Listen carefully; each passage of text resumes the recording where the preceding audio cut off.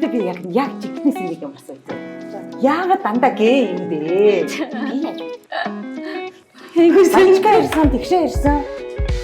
Авгаа ирсэн. бүгдээрээ гээ. Бүгдээрээ гээ өгдөө зөө. Одоо ингээ өнөөдөр байхдаа гээ. Яг яа тий. Хоёр угаасаа заваарсан. Хоёр бол угаасаа. Одоо бүгдээрээ хүмүүс бодлоо шүү дээ. Энд чинь нөгөө нэг ийм үг гэдэг үстэй. Компани байгуулахаар нөгөө ах トゥ нараараа компани байгуулахаар энэ бол нэг явдгүй юм аа. Шиг ингээ ах トゥ нараараа контент хийгээд иж болт юм уу? Ер нь овгийг харж байгаа. Тий та гурав чинь гэдэг юм шүү те. Чирийг Аа тийм шүү. Одоо дараа нь манай. Одоо дараа нь гээ болох юм яах гэж байна тий. За цаг явсан.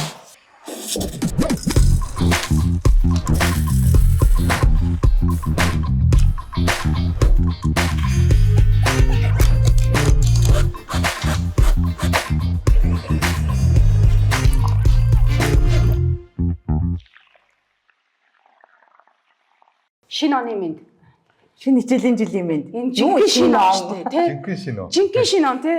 Хүүхдээ зүүн ажилдаа төвлөрнө өглөө эрт унтна авна орой эрт унтна авна жинхэнэ шинэ жил ёо. 7 хоногт тэгээ темпэндээ орж ийн үү? Орморлаа идэж. За 9 сарын 1-ээс эхлэв. 9 сарын 1. Манад баргал боловсрол судлаач байгаа. Тэгээ шинэ.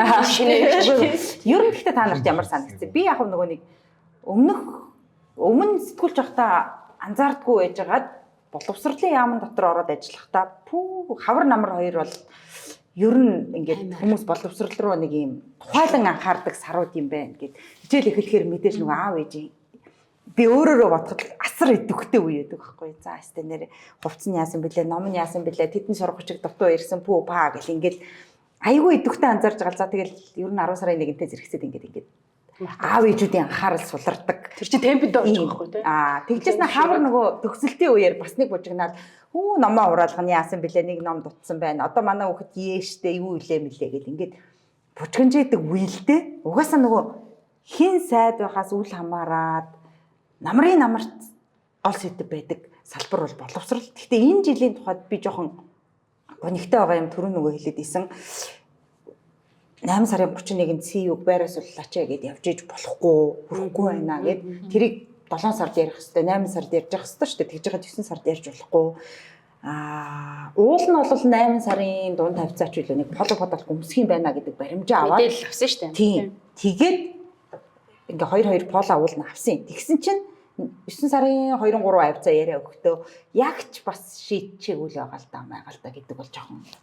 Тэгэхээр энэ мэд үйлдэлүүд нь мэдээж жил болгоны энэ улиралд асуудал үүсдэг боловч энэ жил онцгой үүсэж байгаа юм байна да гэж тэр нэх боловсрал дотор байсан даа ч биш зүгээр л ээжийн хувьар тэгж мэдрэгдсэн.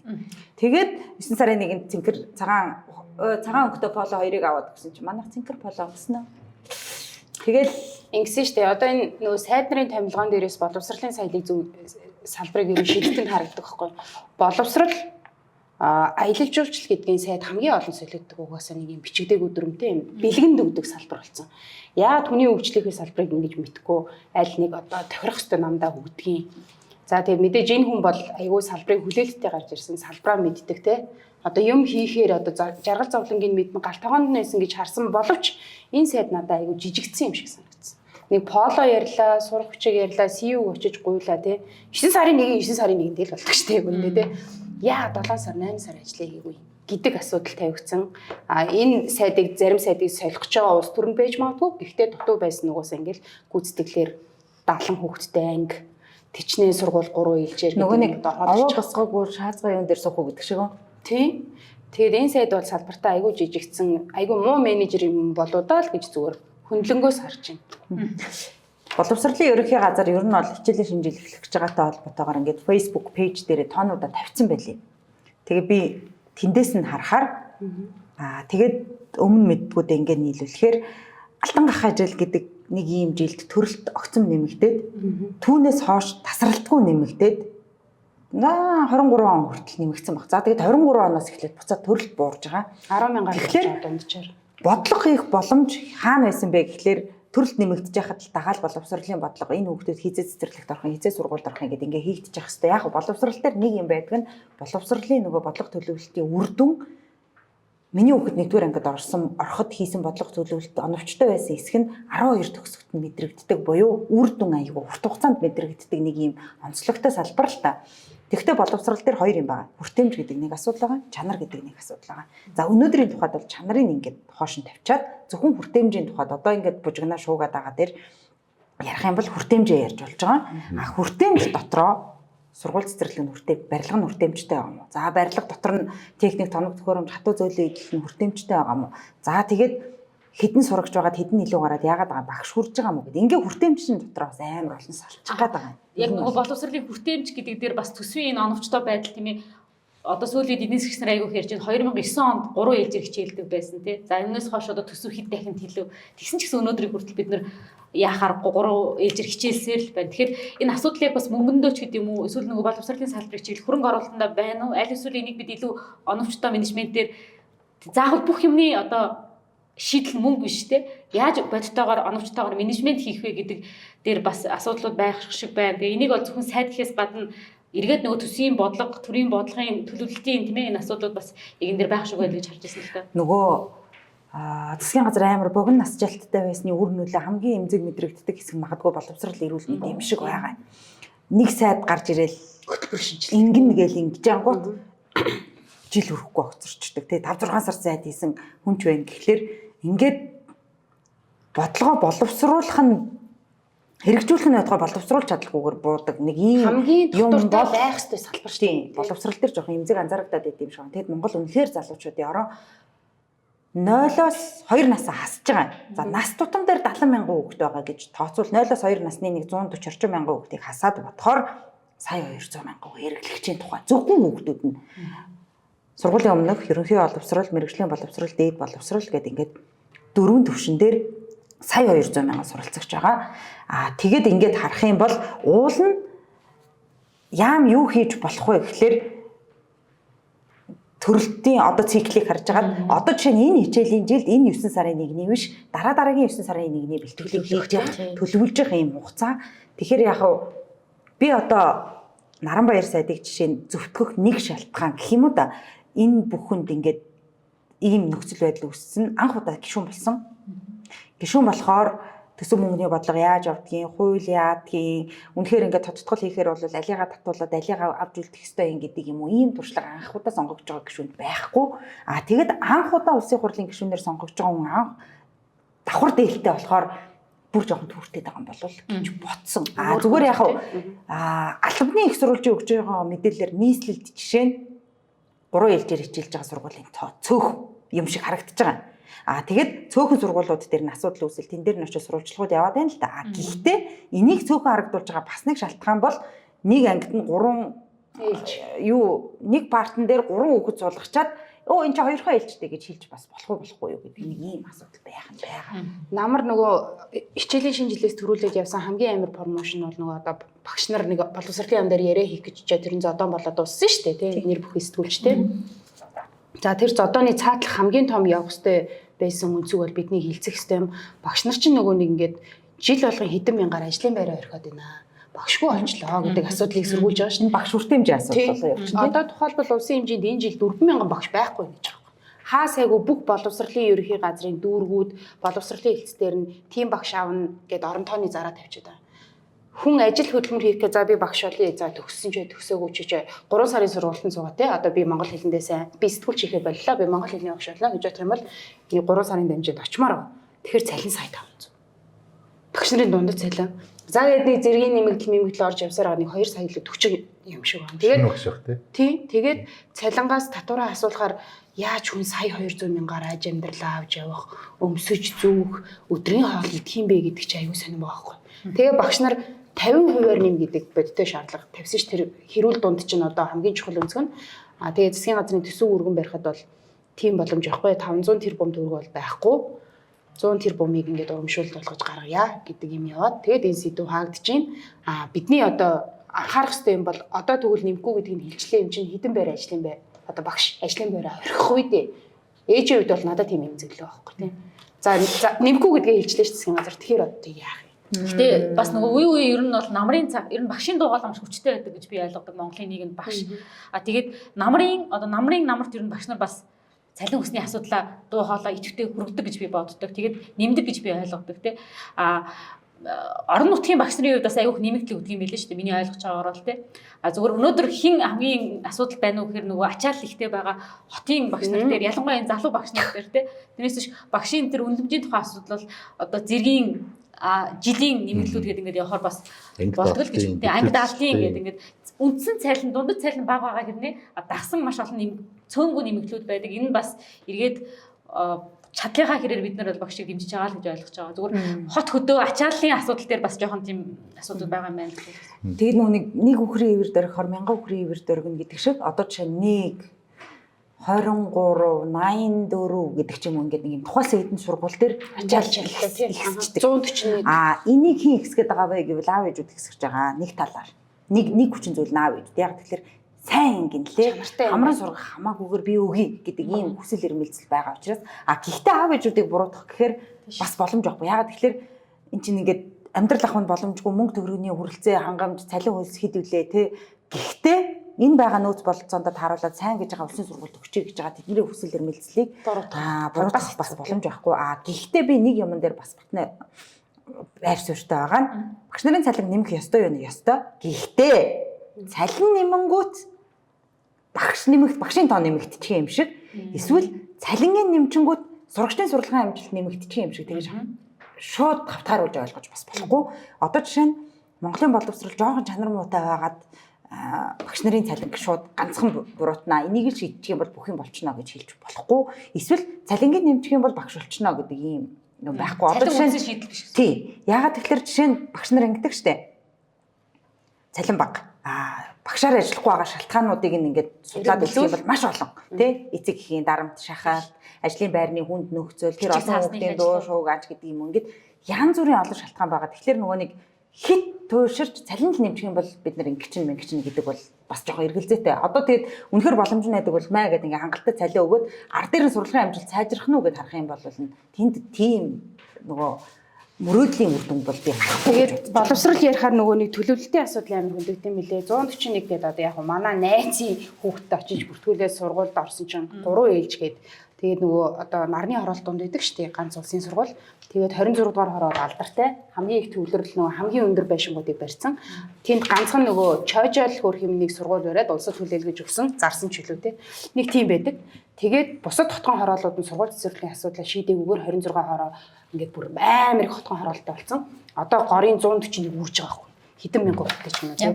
Тэгэхээр төлөвлөлтөө ердөөсөө зэрэг хийдгүү учраас ийм ойрын зовлондоо бүр ингээд ийм хүлэгдсэн байна да гэж хараад хотын даргаас яг сэтгүүлчид орлогч даргаас нь тодруулсан. Тэгсэн чинь яагаад ингээд хотгон хорооллууд 1000 хүүхд одоо хүнээс дээш хүн амтай бол улсын сургууль цэцэрлэг заавал ингэ барих газрыг нь чөлөөж өгөө те. Нэг юм үүрэг хүлээчихэд байгаа шүү барилгын тухай хууль. Тэг чи тэр журмын гарааг болохоор хэрэгжиж эхлэв үгүнэ. Журмаа өөртөө гаргах. Тийм журмаа одоо хин гаргах хэвээр тий яг хизээ хэрэгжүүлэх гэдэг байна тий. Тэгвэл хууль бичиж яах юм. Гэдэг амар сүргүүлсэн бас их цар төрсөн. Тэгээд нөгөө нэг юм шүү дээ. 3 ээлжийн тухайд хотод байгаа л эдгээр сургуулийн тухай л бид нар ингээд нийтээр шуугаад байгаа болохоос биш орон нутагт байгаа ангидаа 10 хүрэхгүй хүүхэдтэй сургууль бүлгийн тухай яагаад ярихгүй байгаа юм. Тий. Тэгэхээр бодлого яг зөв явж байгаа юу үгүй юу гэдэг бас жоохон эргэлзээтэй. Үнэхээр сум болгон дээр бүр баг дээр сургууль явах хэрэг байгаа юу байхгүй юу. Тэгэхээр багийн төв дээр, сумын төв дээр нэг анги 10 хүрэхгүй хүүхэдтэй сургуулиуд байна гэдг нь тэнд юу гарч идэв вэ гэхээр урсгал зарлагаар нь цахилгаан дуулаан. За тэгээ манай чүүлжлэгч тоогооч одоо юу гэдэг вэ? Ингээд за тэгээ багш нар за тэнгуут тэнд юу үсэж байгаа гэхээр багш нарыг бас жоохон тарамдаад тэнд сумын төв дээр нэг багш байлгаал ингээд гэтэл чи хуучин ямар байсан бэ гэхээр сум дундын сургуулиуд байсан. Ялангуяа нөгөө ахлах ангиуд сум дунд 9 дугаар анги төгсөнгүүтээ хажуудлынхаа сумын нөгөө нэг сургууль дээр очиод ахлах боловсрал буюу бүрэн дунд боловсралаа эзэмшдэг байсан. Тэгэхээр тэнд нөгөө лабораториуд төвлөрч чадж гэн багш нар хүрэлцэхгүй байсан бол 2 3 сум дундаа нийлээд сургуультай очихоор багш нар хүрж исэн байна гэх. Тэгэхээр энэ яг юу вэ гэхээр энэ бол бодлого. Энэ бол яг төлөвлөлт. Тэгэхээр энэ ажил руугаа бас за зөвхөн одоо бас буруутгаж чадахгүй байна. Тэгтээ орохгүй байна. Тэгээд нөгөө түрүүний хэлсэн шиг урт хугацаанд үр дүн гарах хэрэгтэй. Дандаа ойрын зовлонтойгоо зурлалал салчаад байгаа тийм. Нэгэнт л одоо энэ нөгөө нэг хүн ярихаар хотын орлогчийг би маш зөв шаардлага тавьж байгаа юу гэвэл тавьж байгаа. Гэхдээ одоо бол энэ шаардлагагүй улс төр болсон. Яагаад хотын зүгээс бодит байдал ийм байна гэдгийг 1 2 ярьж болно шүү дээ. А 3 дахь ярианд тэгвэл шийдэл ийм байж болох юм шүү гэдэг хувилбар ярих хэрэгтэй шүү дээ. Тэгж яах чинь схемчлээд ингээд үдээд те. Сошиалар хэрэглээд үзчихдэг шүү. Тийм. Энийг улс төр болгож бас яг болох юм уу болохгүй юм уу? Одоо жишээ нь за ингээд 2 өөр нам, 2 өөр институт хоорондоо ингээд байлтдаг юм байгаа. Улс төр хийдэг юм байгаа. А энэ улс төрийн дундаас хэрэглэгч би одоо хүүхдүүдэд сургууль цэцэрлэгт сургадаг би хожиж явах хэрэгтэй шүү дээ. Энэ мэтгэлцээний үр дүнд тэнд сургууль нэмэгдэж явах юм уу ширээ сандалтай олж явах хэрэгтэй шүү дээ. Гэтэл ийм шийдэл гарахгүйгээр яг хэрэглэгчтэй өгөөж нэрэхгүйгээр ингээд улс төр хийгээд ах юм бол аль талдаа асуудалтай. Боловсролыг хаагаад нэг өнцөг хэлэхэд надад ингэж санагдаад байгаа байхгүй. Боловсролын ялгаатай байдал Монгол улсад амар их нэмэгдсэн.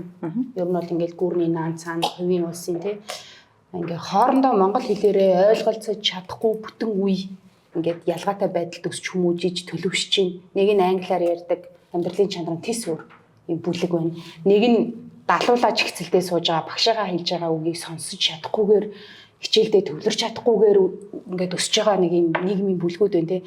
Энэ хоёр бүлэг чинь дараа нь цуг ингээд нэг талбарт ажиллана амьдрал. Тэгээд би тайчих юм бэ гэдэг нэг юм үндэсний амир хэцүү юм руу орчих үедээ гэдэг. Боловсролчин ердөөсөө л тэгж хаглаж бутрахгүй хинч хаанч төрсөн үл хамааран монголоор ярилцдаг байх нэг ерөнхий боловсролыг олж авах те. Одоо юу ч хамаагүй темс ч хамаагүй сураад багш болоод гэдэг юм одоо тоогоочудад гэдэг юм ингээд хөдөлмөрлөх эрхийг олж авах тэр гарааг тавьж өгч учраас энэ ялгаатай байдлыг бүр их холдуулах байх юмсан да. Энэ нэг чанар гэдэг юм чинь одоо яг зааснараа нөгөө сурч боловсрох тэгээд эрүүл мэндийн үйлчилгээ энийг устгаана гэж ингээ хөлчлөсөн. Тэгэхээр нөгөө улс өөрөө тэр хүн амын бүртгэл судалгаа юмнууд авч байгаа тохиолдол заавал яам одоо нийслэлийн тэр хамтраад ажиллах хэрэгтэй. Тэгээд ингээ явчихтал одоо нөгөө улсын сургуульд одоо улсын сургууль барих газар бөгөөд бос нөгөө объект байхгүй нэгүүд хувийн сургуулиа дэмжих бодлого явуулж явах хэрэгтэй тий. Тэр бодлого нь хэр явж байгаа. Тэгтэл нөгөө талдаа хувийн сургууль дээр тавих хянт бол айгүй хэцүү байгаа. Ингээ харангуут гадаад багш нар байгаа тий. Олон улсын юм сургуулиуд хөтөлбөр хэрэгжүүлээд ингээд нөгөө үнийхээ яг мэрэгсэн байдлыг ингээ харангуут тэр хичээлийг заах хэмжээний мэдлэг туршлагатай биш. Өөр нэг шар хөрч мөн өөр нөхөр авчираад ингээ хичээл заалгааддаг ийм байдал байна. За тэгээд нөгөө гişүүд хувьсах зардлын асуудлыг нэлээд ирээд байгаа шүү дээ. Тийм байна. Одоо нийслэл дээр бол жишээ нь ингээд дахин төлөвлөлт тэгээд дээрэс нь нөгөө газраа шийдэх тэгээд нөгөө шүүхэн маргаан дээр байж байгаа тэр объектуудаа хурааж байгаа тэнд шийдэх боломж байна шүү дээ. Тэгтэл өдөө энэ шинэ засаг байгуулагдаад ингээ 2 дахь жил рүү орох гэж байна те. Тэгтэл одоо хүртэл 2 орлогч нь сайттай хэрэлдээ яваад байгаа юм. Тийм. Дундаа бол ширээн дээр уулзаад шаарж байгаа шаардлага бол зөв. Улс төрчин хувьч гэсэн зөв энийг буруудах үндэсгүй те. Өрсөлдөгчдөг бас үзчихэж болно шүү дээ те. Тэгэхдээ энэ хоёрын ширэн яард тийшчээр суух гэсэн. Яг чиг өөрийн хувьд нэг ийм юмнууд байгаа. Нөгөө нэг сургууль цэцэрлэг барих чинь улсын төсвийн хөрөнгө оруулалтаар, орон нутгийн хөрөнгө оруулалтаар гадаадын зээл тусламж те юу гэдгийг ингээд ийм 3 их үсвэрээс бид ингээд сургуультай цэцэрлэгтэй ингээд байшинтай болж байгаа. Энэний ашиглалтанд орохоор нь арчлалт те урсгал болоод их засвар үйлчилгээг нь бол орон нутг нь хариуцдаг. Анх ашиглалтанд ороход нь нөгөө хатуу зөөлөн идэл гэдэг юм уу техник тоногдох хөрөмжөөр хангах нь яамд. Тэгэхээр явж болж штэ нэг те. Тэгэхээр яг энд нэг ийм ялгаа заагууд байгаа. Тэгэл нөгөө нэг хүмүүс тэрийг нарийн мэдэхгүйтэй холбоотойгоор энийг танаах их ёстой шүү дээ. Үгүй танаах их ёстой шүү дээ гэдэг нэг ийм юмнууд бол байх нь байгаа. Тэгээ ядаж нөгөө нэг нормал ийм амьсгалах эрхтэй эздэг хүүхд чинь тий. Уушиг одоо хамгийн том хүүхчгэд унтах тэгээд амьсгалах хоёр хэрэгцээг нь одоо хангах хэрэгтэй шүү дээ. Тал нь ингээд улсаас авах үйлчлэгээс амьсгалах хэрэгцээг хангах гадахтан далуулаад чигчээд ханаа төрлөгээ тал нь өвдөж яваадах чинь зүг юм уу эсэх гэдэг асуудал ярихгүй бол за яг хувийн сургууль дээр хүмүүс яг үндэ орчин л худалдаж явж байгаа шүү дээ. Хүрээлэлтэй сайнтай за ингээд нэг орчин тойрных нь хүмүүс гайгүй байж магадгүй шүү гэж гордиж тийшээ одоо хамаг мөнгө ээж дэнтэн тавьж одоо боловсролт нь хөрөнгө оруулж штэ тий. Тэгэхээр энэ асуудлыг айгүй тийм цогцоор нь бүтэн хараад ийм нэг бэлгэнд өгдөг юм а бас болох хэрэгтэй тий. Үе үеийн засгийн газар намынхан тий. Хувийн сургууль чи одоо энэ улсын сургууль байгаа аль залуу өгөөд энэ нөгөө технологийн мэдлэгтэй тэ арай нэг хилтэй устай энэ залуу багшнууд ингээс шилж сонгож авч байгаа санал тавьж байгаа. Цалингаар нь зодож доотлол нь 3 сая төгрөг авч байгаа. Тэр ингээд амар олон юмд оролцох дуртай штэ бизнес тэ төрийн өмчт газрууд үйлдвэрийн газрууд гэдэг. Гэхдээ төр яг нөгөө нэг оролцох дуртай юмдаа л орд юм шиг байна. Одоо жишээ нь ингээд бизнес Бүр ашигтай тийм мөнгөтэй. газар боловсрол руу бол төр орохгүй байхгүй. Зүйн нь бол төр үүргээ хангалттай биелүүлж исэн бол нөгөө нэг үндсэн хуулийн дээр заасан тэр нөгөө нэг бүхний боловсрол үнгүй байх маах гэдэг залтч хэрэгжих боломжтой. Тэгэд төр ачаалаад ийлэхгүй болонгууд хувийнхны гаргах цагаад ингээд өөр хуулийн өөр зохицуултуудаар боломжууд ингээд хувийн ийм боловсролын байгууллагууд үйл ажиллагаа явуулж болно гэдэг ийм заалтууд байгаа учраас тэд нар энэ орон зай байгаа учраас явж байгаа. Тэгээд сүүл рүүгээ нөгөө хэд маань ингээд уруу тогтолцоотой болонготой нөгөө төрөө дарамтлж эхэлдэг болсон. Чадлаас ч үргэлжлэж байгаа үстэй.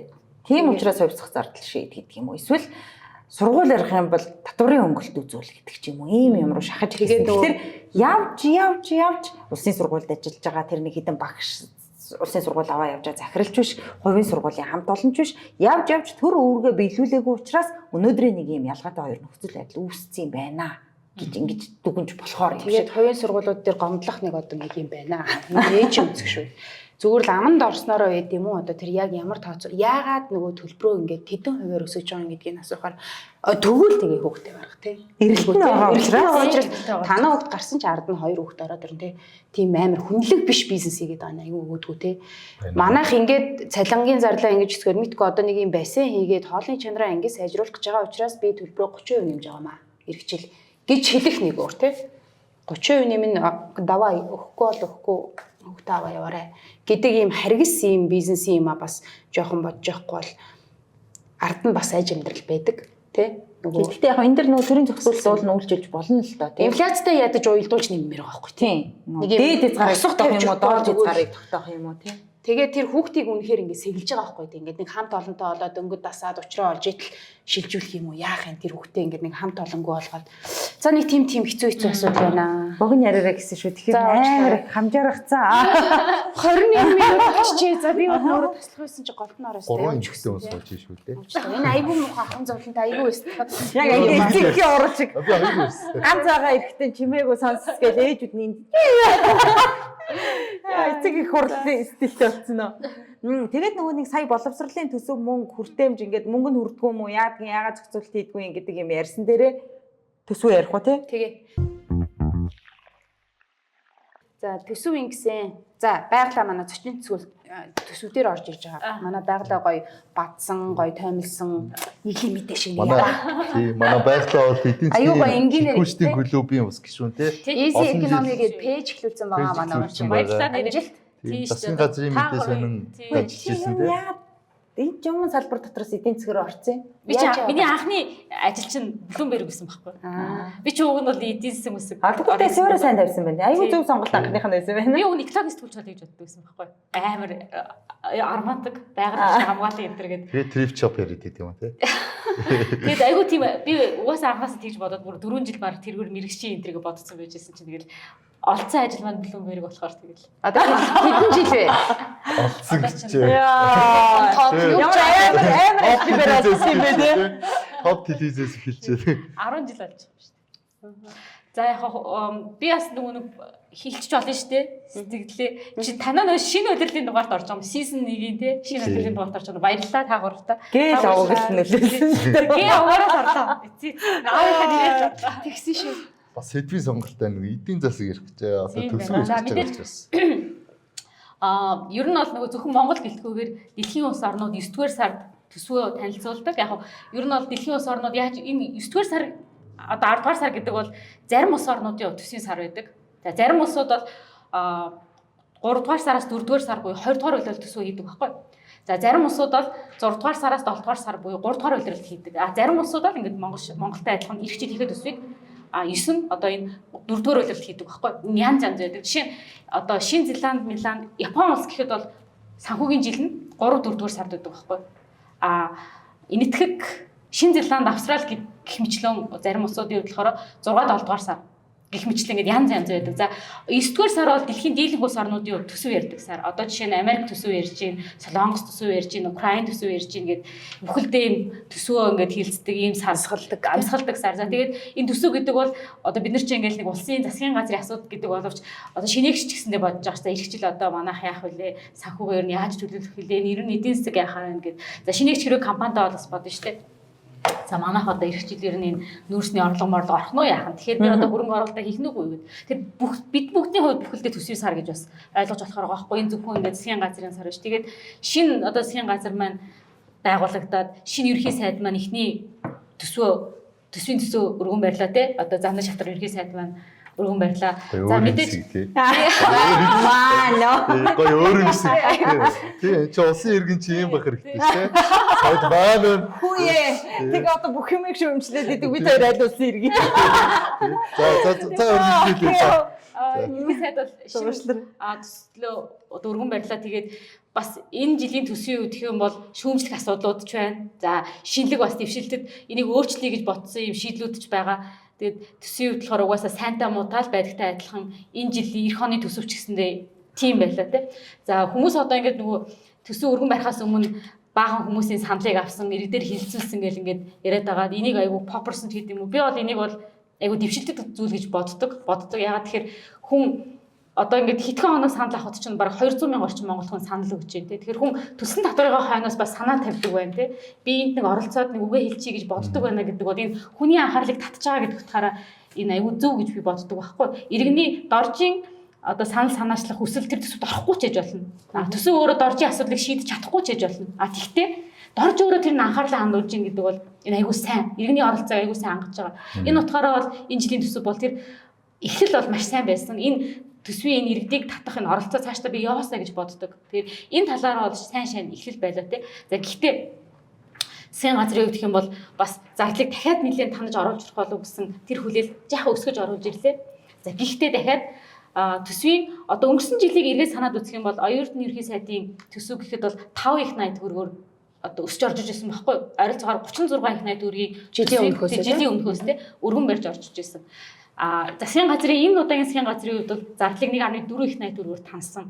Жилийн өмнө бол бид нар 5.3 их 80 төгрөгөөр өсгсөн төсвийг өргөн барьж ирсэн. Энэ удаагийн төсөв бол 1.4 их 80 төгрөгөөр өсөж байгаа.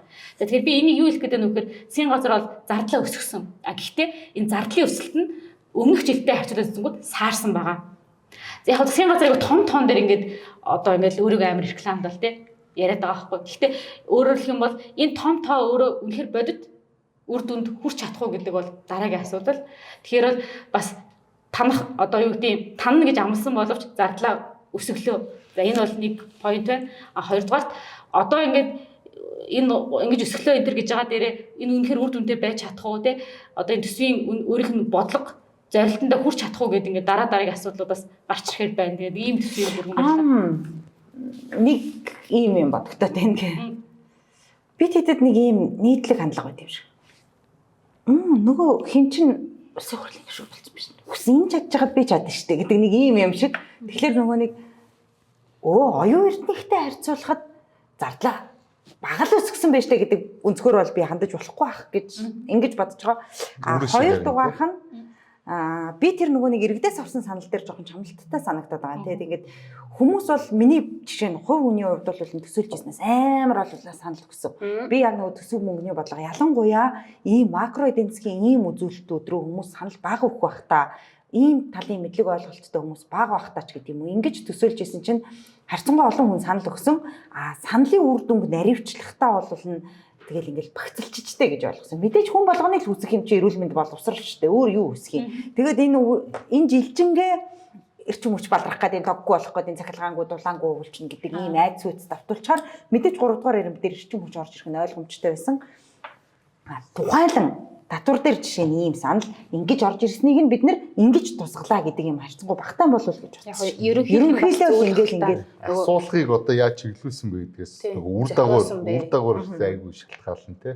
Чиглүүл нөгөө бидний хүнээс хөтлж асууж болохгүй гэдэг шиг тий. Гэхдээ яаж асуу бол одоо ямар хариулт гарах вэ? Тэрийг тооцоолох боломжтой. Ер нь бол гэхдээ төсвийн бодлого улс орнуудад яаж явдгийг гэхээр энийг бодлого хариуцдаг яам ч юм уу бодлогын одоо боловсруулалт газар боловсруулдаг байхгүй юу. Тэрнээс тэгээ ер нь бол гэхдээ одоо ингээ хэлэхээр иргэд дургуутгал байх л та. Гэхдээ төсвийг хэн хамгийн сайн боловсруулж чаддгийг гэхээр тэр төсвийг боловсруулах үүрэг хүлээгээд татварлагчдын мөнгөөр цалин авч байгаа хүн илүү. Зүгээр энэ дээр юу хэлэх гээд би юу хэлхийг хүсэж нэхэр хүний оролцоог тэр иргэдийг татаж оруулна гэдэг өөр аягүй сайн байхгүй. Тэгээ би гараад зам дээр ингээд явах юм бол энэ иргэн татаж орогдож өөрийнхөө дуу хоолойг сошиалороо ч илэрхийлж болно. Тэгэхээр энэ дээр айгүй сайн. Тэрнээс биш мэдээж хэрэг иргэний тэр бүх юмыг ингээд багцлаад бүх юмыг иргэн одоо төсвийн бодлогот бас хит оролцсон тийм наривч гэдэг өөрөө бас айгүй хэцүү гэдэг. Тэгтээ нөгөө дуу болгоно. Тэгэд энэ удаагийн нөгөө нээлттэй байсан гэдэг дээр нь яг нэг магтахад бүх сайд нар жирийдл сууж аваад мэдээлэлээ хэлээ шүү дээ. Гинтл болохоос тухайлбал би нүрээ бодож хэмжээг өгсөн.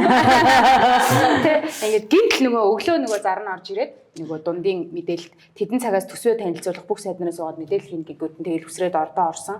Асуултаа сайн бэлдэж мэдээж амжаагүй байсан байх манаас төвлөлт ерөнхий мэдээлэл авах гээд тэр чинь өмнөх өдөр нь 9 сарын 1 болоод 9 сарын 2-нд төсвөө танилцуулж байгаа байхгүй юу. Тэгэхээр нэг хоногийн дотор бас сэтгүүлчд уншиж яах материал одоо 600 ус материалыг нэгтлэх бол бас төвлөлт ерөнхий сайд байхдаа л нэг тийм ер нь нэг нээлттэй байдал чинь бас хаалттай. Тэр нь ингээд гоё шин соёл санагдаад өстой нөгөө төрөө хүндэтгээд гэдэг шиг. Бодоггүй ч гэсэн. Чат цоцоор хийсэн нэг тийм үсэн. 5 асуулт асуусан загнуулсан. Тэгээд энэ нь бол Австрийн гоё шин соёл мөн шүү. Амьдрал бас их хоржоонтой юм тийм. Яг жил хүрэхгүй өмнө штэ. 9 сарын өмнө юм уу? Занда шатар дарга. Ерөнхийлөгчийн тамгын газрын дарга байж ах та.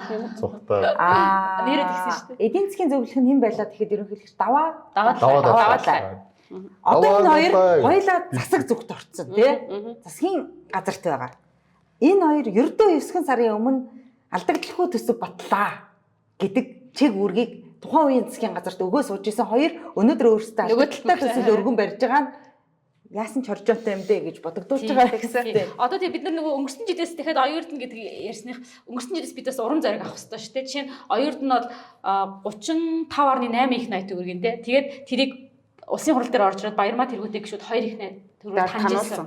Тэгэхээр энэ жилийн төсвийг ч гэсэн танах эрх мэдэл бол улсын хуралд байгаа. Тэгэхээр одоо өнөөдөр ингээд нөгөө эцэлтөрийн оролцоог айгүйх ярьдаг энэ гişүүд маань. За тэгээд иргэд өөрсдөө ч бас ярьж болно. Тэгээд гişүүд дахиад энэ төсвийг танах боловч болцоо биднэрт бас байгаа шүү гэдгийг аягуулсаа ойлгож идэвхтэй оролцоосоо тий баярмаа гişүүн маш идэвхтэй оролцож байсан их төвшин гişүү идэвхтэй оролцож байсан тий тэмүүлэн гişүүн гэд тэр энэ гişүүд манаас оролцоод дахиад таныг ивэл бас бидэнд оролцоо байгаа шүү тий энэ бол зөвхөн саналыг өгч байгаа тэгээд дахиад тий ажиллах хэрэгтэй тэгэл бид нар төр өөрөө хилдэг штэ зардлаа тандсан гэл тий боловсролын салбар дээр зардлаа танлаа даргын ширээгүй боллоо тим томилтгүй боллоо гэл тэгэл бид нар сая хэдхэн хоногийн өмнө хараад боловсролын ямар сайхан ширээ сандалтаа дарган сууж ин тий энэ бодит байдал шүү дээ тэгэхээр хүн бүхэнд бас ингээд одоо энэ зардал тандсан байгаа төсвийг танах дахиад төрийн зардлыг бууруулах боломж олцоогоос байгаа шүү бүгдээрээ идэвхтэй оролцох хэрэгтэй л харж байгаа төрийн захиргааны зардлыг бууруулъя гэсэн чинь төрийн захиргааны албан тушаалж одоо нөгөө нэг төрийн одоо алба байж шүү дээ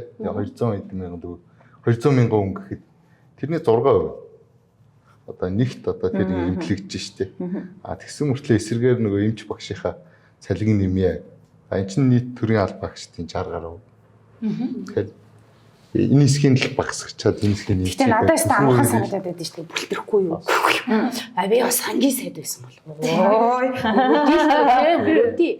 Төрийн өмчт баахан үйлдвэрүүд байгаа заяа. Одоо хөтөл тухайлбал одоо төр даваад 3 жилийн дараа Наранбаяр гэдэг даргыг тавиад л өстой төр очоод л булааж аваад л 2 хоног завсаргуулаа аюудаад аваагүй юу? Одоо дампуурсан мэлээ шүү дээ. Үйл ажиллагааны зогсооцсон. Хөтөлчүүд одоо яаж амжих юм? Наранбаяр гэдэг. Наранбаяртаа бүр өсч. Гэдэг шиг төрд ингээд амар их өмч байгаа байхгүй тий. Төсвөөс гадуурх төрийн өмч гэдэг нэг амар том юм байгаа. Энэ хоёрыг нэмчих юм бол дотоодын нийт бүтээгдэхүүний 50 дээр нэмэх нь бол авчиж байгаа. Манай дотоодын нийт бүтээгдэхүүн 40 их 80 төгрөг. Энэ дотор л манай эдийн засаг одоо сая амьдрал бүх юм явж идэг энэ ахуй. Энэ ахуйгаас чинь тал нь төрийн оролцоотой ямар нэгэн оролцоотой юм байдаг чинь буруу. Сая банкуудын холбоо өчигдөр уржигдар мэдээлэл хийлээ. Тэгэхэд хамгийн амар том надад бол хувийн хвшлийн орон зай буурсаар байгаа 70 руу орж ирсэн байна. Энийг одоо төрийн оролцоогоо жоохон хэмээд орон зай тавьж өгөхгүй бол энэ нэг 2 жилийн дараа хувийн хвшлийн орон зай чинь 60% руу орох гэж байна гэдэг статистик хэлж байгаа. Амар эмзэг байгаа зү. Хин юу нэг эдийн засгийг авч байгаа хувийн хвшин шүү. Тэгэхээр тэр амар олон хэрэггүй төрийн өмчтөөсөө салаад тэр хөтөлмөтлөө хувьчлаа явуучвал хин нэг хийч өгөхгүй. Төр хийх гэж үзээ дампууруулж зөндөг үзлээс ширний цогцлбор хөтөл одоо өөр ямар санаж байгаа ойрын жишээ. Би одоо сүүлийн 4 жилийг санахад юм байна. Яагаад тийм өмчин туртай байгаа юм? Тэнд мөнгө байгаа учраас энэ туртай салж хагцгүй тэгээд хувьчлаа гэдэг нүд хурдээ. Тэгээ явуугаа хувьчилдаг гэхээр нэг хідэн Азаа компани нөө зам тавьдаг. Нэг хэдэг мэдгүй нийлүүл нь 13 азаа яалаа гэх. Тэгээд тэрийг нь хинч хувийн хвшлэх худалдаж авахгүй болтол техник төхөөрөмжгүй ингээд зэвэрсэн зүгээр азаа гэдэг нэртэй төрийн өмчт компани байгаа байхгүй. Хамгийн мөнгөтэй төрийн банкнаас хамгийн ашигтай байж иж хүн худалдаж авах салбарыг одоо мэдгүй мят нь байх юм уу юу нь байх юм. Эхлээд тэр чинь нэг юм алдагдaltaй биш байлгоод хувьчлах 30%, тэгээд 10%-ийг хувьчлах гэж ярихаа бүр болох хэрэгтэй. Хамгийн багадаа 30%-д нь хувийн хвшил орж тийм салхи нь ороод УЗ дээр нь тууц дээр нь хувийн хвшлийн төлөө хяналтаа тавих хэрэгтэй байхгүй. Одоо чинь би хөтлөх байхгүй. Харин хөтлөж одоо юм чамаад. Хөтлөж одоо 10,000 хүн амтай. Хөтлийн үйлдвэрийг хийн одоо гартай байлгана. Тэр хүн бол одоо хөтлийн улс төр одоо янаа. 10,000 хүний санал байхгүй. Яа тэгвэл нэг айлаас нэг хүн тэр хөтлийн үйлдвэрт ажиллаж байна. Ховд өгж үтсэн тэгээд ховд өгсөн чинь одоо худалдаа хөгжлийн банкных тухайн үед нэг арчснаа мөгд өгсөн. За тэгэхээр ингээд болохгүй байна. Тэгээд үйлдвэрээс улс төрийн шийдвэр гардаг. Улс төрийн ингээд залдаг. Тэнгүүд төр тавлаа. За яг нь Набагийн үед Набад бол хөтлийнхэн баярлалтай шүү дээ. Юунд нь баярлдаг вэ гэхээр цалингийн нэмц баггүй. Ажилчдын цалин. Тэр чинь өрхөө орлого өсөөл явчихна. Тэрэнд бол баярлалтай. Юунаас л одоо энэ нөгөө үйлдвэр харуу байгаа гэхээр тэр нөгөө алтан үеийн үед тэр нөгөө хөтлийн үйлдвэрийг одоо сайжруулахад тухайн үедээ шин юм шиг мөртлөө хятадтай ер нь үйлдвэрлэгээ байлцсан хоног төхөөрөмжийг хийцэн. Монголдоо бол шин тий Монголдоо бол байхгүй үйлдвэр. Гэхдээ хятад одоо хуулигаар үйлдвэрлэх. Эвдрүүл засах боломжгүй юм шүү тий. Тоног төхөөрөмжөнд захихэд тийм хүндрэлтэй л асуудал үүссэн юм байл. Тэгээд засгийн газрын хэрэг эрхлэх газрын дараа ямар очиж ажилласан тий. Чулуунцрын үйлдвэрэн зогсоод цемд үйлдвэрлэлтэй гол түүхэд одоо нэг газ явах бол тэр 10,000 хүний аж амьдрал аягүй хэцүү болж байна. Тэр төр өөрөө маш муу гэж юм баталгаал яахгүй. Цалингуу сул зогсно гэдэг чинь тэр айлын амьдрал зогсно гэсэн үг шүү. Одоо энэ улсад нөгөө орон нутгийн өмчт аж ахуйн тооцоод үйлдвэрийн газрууд гэдэг асар их баг. Бид нөгөө төөгүүтэй л яриад байна. Тэгтэл эндээс тэр нөгөө хувьчлал юмнууд нь эхлэмээр. Яг бодиттой хувьчлал мөн тий. Орон нутгийн өмчт тэр нөгөө компаниудыг хувьчлахад чи орон нутгийн бизнесмэнүүд авах гэсэн үг. Менежментийн гэрэмэрээр юугаараа тий. Ингэж явмаар нөгөө олон жилийн төрийн өмчийн болон төрөмчт компани гэдэг нэг янз бүрийн хувилбар яваад шүү дээ. Тэр нь одоо хүртэл самрагчлаагүй байгаа тийм. Цаасан дээр байгаа л энэ. Баяглаа. Нэг юм асууя. Одоо ингээд нөгөө нэг сайтууд ингээд бүхэл дүнгээр нь ирэмблээд аль сайд дээр хэдэн төгрөгийн төсөв тавигдсан бай гэдэргээд ингээд жигсаацсан байсан шүү дээ. За тэр мэдээж нөгөө нэг хэдэн хүн ажилдаг урсгал зардал нь хэд вэ гэдэргээс дотроо ингээд нюанстай гэдгийг магадгүй тэр болгон хүн ойлгохгүй байх л та. Гэхдээ айгүй хүмүүсийн эмзэглээд байгаа юм нь юу вэ гэхээр энэ талд бид нар төсөвтэй зэрэгцүүлээ татварыг бууруулад өгөөч гэдэг маш их том шахалт явж байна. Угаасаа ч хуулийн төслүүд явж байна те.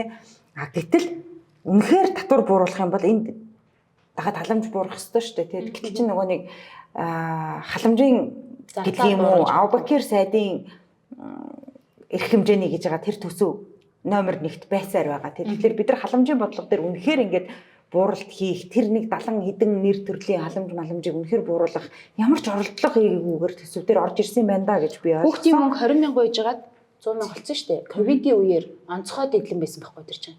Гээд их найчтэй Авбакирийн төсвийн 4-ний 1 нь хүүхдийн мөнгө байхгүй. Хүүхдийн мөнгийг буулгах эр зэрэгтэй улс төрч ман дотор алга. Хүүхд 50,000 олгоод бууруулахад л 500 тэрбум буюу багш нарын цалин нэмэх 50% чинь нөгөө цалингийн зардал тэндээс гарах боломжтой байхгүй юу? Хинч тэрийг хийлж чадахгүй байна, улс төрчийн зэрэг хүрэхгүй байна, хинч санаачилж оруулж байгаа. Одоо ингээд 100,000 дээр гаццсан. Одоо энэ жил эх жилийн төсвийн юу гэх юм бол 1.2 их төгрөг бол хүүхдийн мөнгө рүү чиглэж байгаа тий зөвхөн. Тэгэхээр энэ зардлыг бууруулчих юм бол бидний сая өмнө ярьсан зовлон тий одоо энэ боловсролын салбарын маш олон зовлон асуудлыг шийдэж болохоор л байна л та. Гэхдээ даанч одоо нөгөө ус төрөө дийлэхгүй байх тий иймэрхүү юмнууд л үндэсний баялагын сан мантай холбон гэх байх юм. Тий. Энэ одоо эргэн төвтэй төсөв гэдэг чинь яг алигаа хэлээд байгаа юм. Төвтэй гэсэн үг. Зүгээр төсөв.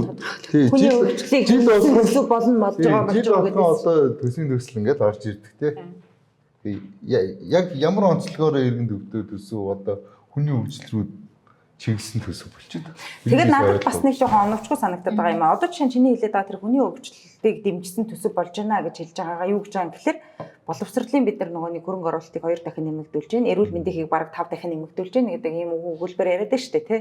Гэтэл тэр хавдар судлалын төвийн өргөтгөл хавдар судал хоёрыг барих чинь ингээл 25 онд 26 онд шийдэгдчих асуудал биш байхгүй да. Энэ чинь нэг багадаа урав ихтэй 5 жилийн асуудал шүү дээ тий. За 5 жил гэдэг нь хариуцлагатай компани орвол шүү. Тэгэхээр энэ мэдчлэн он удаа жил үргэлжлэх юмнуудаа ингээд 26 онд л үр дүн гарчих юм шигээр ингэж төсөөлж төлөвлөх нь яг оновчтой байсан уу байгаагүй юу гэдэр гэвэл жоохон эргэлзмээр юм байна гэж утсан. Тэгээд түрүүн би хэлээдсэн нөгөө нэг боловсролын хөрөнгө оруулалт яг ямар зай завсраараа нэмэгдэх гээд байгаа юм бэ гэдгийг бол би жишээ нь олж харж чадахгүй. Яг айгүй олон нөгөө том хөрөнгө оруулалтын хэрэгтэй зардлуудыг бол шигтгсэн байлээ. Нөгөө хавдар төв ямар нөгөө эдис эргэтэн шилжүүлэх тэр чинь одоо гадагшаа урсдаг долларын урсгалыг бууруулах том ач холбогдолтой хэрвээ баригдаад орох юм бол нэг удаа шийдэх боломжгүй нөгөө нэг том гарааны хөрөнгө оруулалтын зардлуудыг бүтэн дүнгээр нь тавьсан гэж ойлгосон. Тийм болохоор ингээд эрүүл мэнд рүү чиглэсэн чиглүүлэг нь айгүй бодтой юм байна гэж би зүгээр ерөөхдөө л харсан шүү. Боловсрал дээр бол хөрөнгө оруулалтын зардлыг нь нэмсэн гэсэн тэрийг би яг детальны нэг сайн хараагүй. Одоо нөгөө төсвийн бодлого яаж явж байгаа вэ гэхээр манад чинь одоо жавхлан сайтаас хааш ямар байдлаар явж байгаа гэхээр ээлж дараатаа явдаг байхгүй. Эхлээд одоо шин төслүүдийг эхэлчихийгээд тэгээд шин төслүүд эхэлсэн жил болохоор дараа жил нь үнждэг байхгүй шин төслүүдийг яагаад тэр төслүүдийг дуусгах. Өмнө нь өнгөрсөн жилүүдийн төсвийн бодлого болохоор ингээд баахан шин төсөл эхлүүлж тэгээд ингээд нөгөө урсгалтай нэмээд одооний энэ сүүлийн 2-3 жилийн төсвийн бодлого болохоор эхний нэг одоо чинь 2025 он тий 2025 он олон шин төслүүд эхлүүлсэн бол дараагийн жилүүдэд болохоор шин төслүүд цөөлөнгүүтээ энэ гэс зарлаад дуусгах. Тэгээд төсвийн жил чинь 3 жилээр явж байгаа байхгүй. Одоо жишээ нь нэг хавдрын эмнэлэг барьлаа гэхэд хамгийн багадаа тэр хавдрын эмнэлгийг 3 жилийн дотор дуусгах ёстой. 3 жилийн дотор дуусгах тэр мөнгийг 3 хувааж өгөх ёстой гэдэг ийм одоо бодлогоор ингээд цөлөөд явдаг болсон байгаа байхгүй. Одоо энэ сайттай одоо манай клуб 4 дахь жилийн уулзалтыг одоо хийх гэж байна. Энэ сайт дээр яг миний яг өмгөөлж хэлэх гэжсэн үсгийг байглаа хэлчихлээ. Өмнө нь ямар төсөв орж ирээ заавал тулдаг байсан юм тодорхой болсон. Зарчим нь айгүй тодорхой болоод 13 жил яваад ашиглалтанд ороогүй сургууль цэцэрлэг байгаа гэсэн байхгүй. Хөдөө орон нутагт. Тэгээд тэр төслөөр зүгээр амь зуудаг компаниуд байсан тэр орон нутагт. Тэрийг бүгдийг дуусгаад төсвийг хаагаад тэгээд нөгөө урт хугацаанд хэрэгжүүлэх концессментс бүгдийг хаагаад ингээл 3 жил дотор л энэ бүтээн байгуулалт улсаас гаргаж байгаа мөнгө хаагдах ёстой шүү гэдгийг хэлээд тэгээд төрийн ажиллаар төрийн мөнгөөр ажил гүйцэтгээд фейлцэн газруудыг ил тод зарлаад нэг ингээд цэвэрлэх үйл явцыг бол энэ хүн өстой сайн хийсэн. Гадаадад байсан бондууд буюу одоо гадна зах зээл дээр Монголын нэрийг авсан байсан бүх бондуудын хүүг буруулад төлхийн төлөөд зарим нь бүр 20 жилээр нөгөө хугацааг нь хойшин шийдээд дарамтыг бууруулсан гэсэн үг шүү дээ тий. Ойрын зовлын дарамтыг бууруулсан нэг юм 3 том реформыг бол энэ сангийн сайд бол хийж чадсан. Мэдээ шүүмжлэлтэй зүйл олон байгаа. Төсөв дээр хоёрхан сонирхолтой юм байдгаа гэж би бодож байна. Нэг зүгээр нүүрсээ яаж төсөөлсөн юм бэ гэдэг юм те. Одоо нүүрснээс тас хамааралтай учраас хэдийг гаргахын, хэдээр гаргахын гэдгийг яаж төсөөлсөн бэ гэдгийг нэг хүмүүст хэлж өгөх хэрэгтэй байх гэж бодож байгаа. Хоёрдугаарх нь бид нар одоо нэг гадаад өөр зээл, төлбөр, бонд юу юм бэ? Мэдхгүй хэр их өртөө ширтээ улс орон юм бэ? Тэр нь тэр их мөнгө явах юм бэ гэж асуух гэдэг нь нөгөө сайтуудын гаргасан ирэмбэр бол жавхлан сайд дээр төсөвлөгдөж байгаа мөнгө нэлээ их харагдаад байгаа шүү дээ. За яг нүүрсний хувьд гэх юм бол үнийг нь бол 70 Америк доллараар төсөөлж байгаа. Тэгэхээр энэ жилийн үед бас нөгөө нэг маш өндөр үнэтэй төсөөлчүүд бид нар чинь төсвийн орлого дутаад тэгэл ингээл хид удаа тоцтол хийлээ. Тэгээд энийг бас үнийг тарьсангуу тогтвортой байлгахын тулд бодиттой байлгахын тулд $70 гэдэг бол боломжийн дүн. За тэгээд ер нь бол бид нар ингээл нөгөө бид нар өөр дотроо ингээл нүүрсийг их тэдээр гаргана гэж байгаа боловч худалдаа авч чи хятад улс те. Тэгэхээр хятад улсын хувьд гэх юм бол бас ганц хоёр зүйл хэлчихье. Одоо нэгэн төсөв ярьж байгаа те. Хятад улс 2026 оноос эхлээд 15 дахь 5 жилийн төлөвлөгөөрөө орж байгаа. Тэгэхээр хятад улсын хувьд бол 5 жилээр бодлогоо төлөвлөдөг. Тэгээд төлөвсөн бодлогоо яг хэрэгжүүлж чаддаг юм улс. Тэгэхээр 15 дахь юм шин 5 жилийн төлөвлөгөөд орж байгаа. За энэ 15 дахь 5 жилийн төлөвлөгөө нь ямар учиртай төлөвлөгөө? Хятадын ерөнхий төлөвлөгөөнийхэн зорилго нь юу гэхээр чанартай, тогтвортой өсөлт гэдэг юм төлөвлөгөө байхгүй. Тэгэхээр энэ юу гэсэн үг юм гэхээр маш эдийн засгийн хувьд маш чанартай өсөлтийг бий болгох нь тэгээд эдийн засгийн маш тогтвортой өсөлтийг бий болгох нэ. За энэ манад одоо ямар байдлаар хамаатай юм бэ гэхээр нэгдүгээрт гангийн за хоёрдугаарт нүүрсний, гуравдугаарт үл хөдлөнгийн зах зээл нь бол тийм өндөр өсөлтийг үзүүлэхгүй. Одоо тогтворчин гэсэн үг хэрэглээ талдаа ийм өсөлт үзүүлж байгаа учраас Хятадын хувьд яг огцон буурахгүй 2030 он хүртэл огцомч өсөхгүй. Огцон өсөхгүй. Тэгэхээр Нормал тогтолцох байна жил гэж болж байгаа шүү. Тэгэхээр бидний хувьд нэг амар тедэн их найд, эдэн сая мая гэж бас их өндөр өөдрөг. Гэтэ 90 сая гэж тавьсан байгаа тий. Тий 90 сая гэж тавьсан. Хэмжээний хувьд болохоор 90 сая гэж тавьсан. 90 саяыг асуусан. Сая тоо. Энэ хүнээс асуусан би нөгөө 5 асуултыг нэг энэ тэгсэн чи энэ хүн юу гэж хариулсан бэ? Би гайхаад байсан байхгүй нөгөө гашуун сухатын хил холболтын төмөр зам бол явж байгаа. Тэрэнд найдад ийм том тавьсан юм уу? Манайх бие хэмжээгээрээ яваал 70 сая байсан шүү дээ. Хамгийн дээд лимит нь гэд асуусан чинь хятадын талдаа бид нэр ойлголцсон юм байгаа. Санаа зовлтгүй гэсэн юм ирсэн. Намайг сэтгүүлч байгаад ордонд явдаг байхад 40 сая тоног гаргана гэд. Пүү энэ жил амар их гаргах гэж хэлсэн шүү дээ. Гэтэл ч одоо хэмжээ бол Нүүрсэн дээр бол тийм байгаа. Тэгээд өөр гэдэг чинь нөгөө энэ чинь нөгөө эдийн засгийн утгаараа боломжихгүй бид нар нөгөө эргэлдүүлэх хэмжээгээ авч чадах хэмжээгээ эргэлдүүлээд цусны эргэлтээ нэмэх хамгийн том их сурвалжийг чи хоёрдугаарх нь шууд орлогоос гадна одоо зээл тусламжихгүй юу тий. Тэгэхээр энийг бүр лимитнээс нь хэтрэхгүй хүн шиг явах хэрэгтэй. Гэхдээ шүүмжлэгтэй байгаа зүйл нь өрийн тогтвортой байдлын тухай хууль гэж хууль байдаг. Тэр хуулийн нэр нь эхнээсээ тогтвортой байхгүй бол өрийн занганд орчих үедээ дефолт болчих үедээ бүх юм чинь унчих үедээ гэдэг юм нэг юм хэл хязгаар ахгүй аюул одоо immigration тийм юмыг нь тавьж өгдөг. Даанч нөгөө төсөвтэй дандаа дагалдуулж орж ирээд өрийн тогтвортой байдлын тухай ингээд босгооноос цааш нь хөдөлгдөг орон зай үүсгэх гээд тэр хууль дахиад орж ирсэн байлээ. Өмнө нь ямар зовлон байсан бэ гэхээр сангийн сайд хасуурын гаавыг бусад хүмүүс оюун эрдний үед яриад байсан шүү дээ. Бид нар нөгөө гадаадын зээл тусламжаар авсан мөнгө ингээд сангийн амны дансанд хэвтээд идэг. Төсөл хөтөлбөрүүд нь ингээд үргэлжлэх гээд ингээд болдог бол гялзуулмаар байгаа шүү дээ. Одоо би зээл авчаа нэг байшин барих гэж байгаа бол гялз бариа байшиндаа орцуугаад дэлгүүрээ нэхийг хүсэн шүү дээ. Зөвхөн жижиг ахугаар отоход.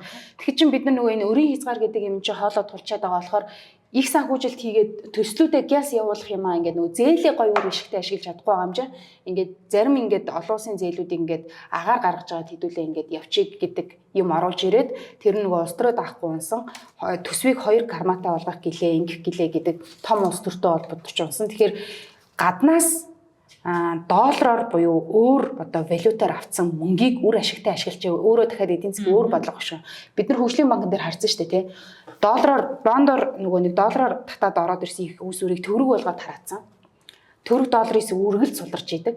Тэгээд аваад юмаа хийгээд явж исэн чи улс төр үсэнгүүт нөгөө доллараар авсан газрууд чинь бизнесээ дампууруулаад чамаагүй өрөө төлөө төсөл нь хэрэгжээгүй гэдэг ч юм уу. Ийм түүх байхгүй. Энэ түүх улсын зовлон дээр орох чинь. Тэгэхээр бид нар гадаад өөр зэрлэгээс нэг их айхгүй зохист хэмжээнд нь хамгийн бодиттой, хамгийн зөвөр ашиглах хэрэгтэй.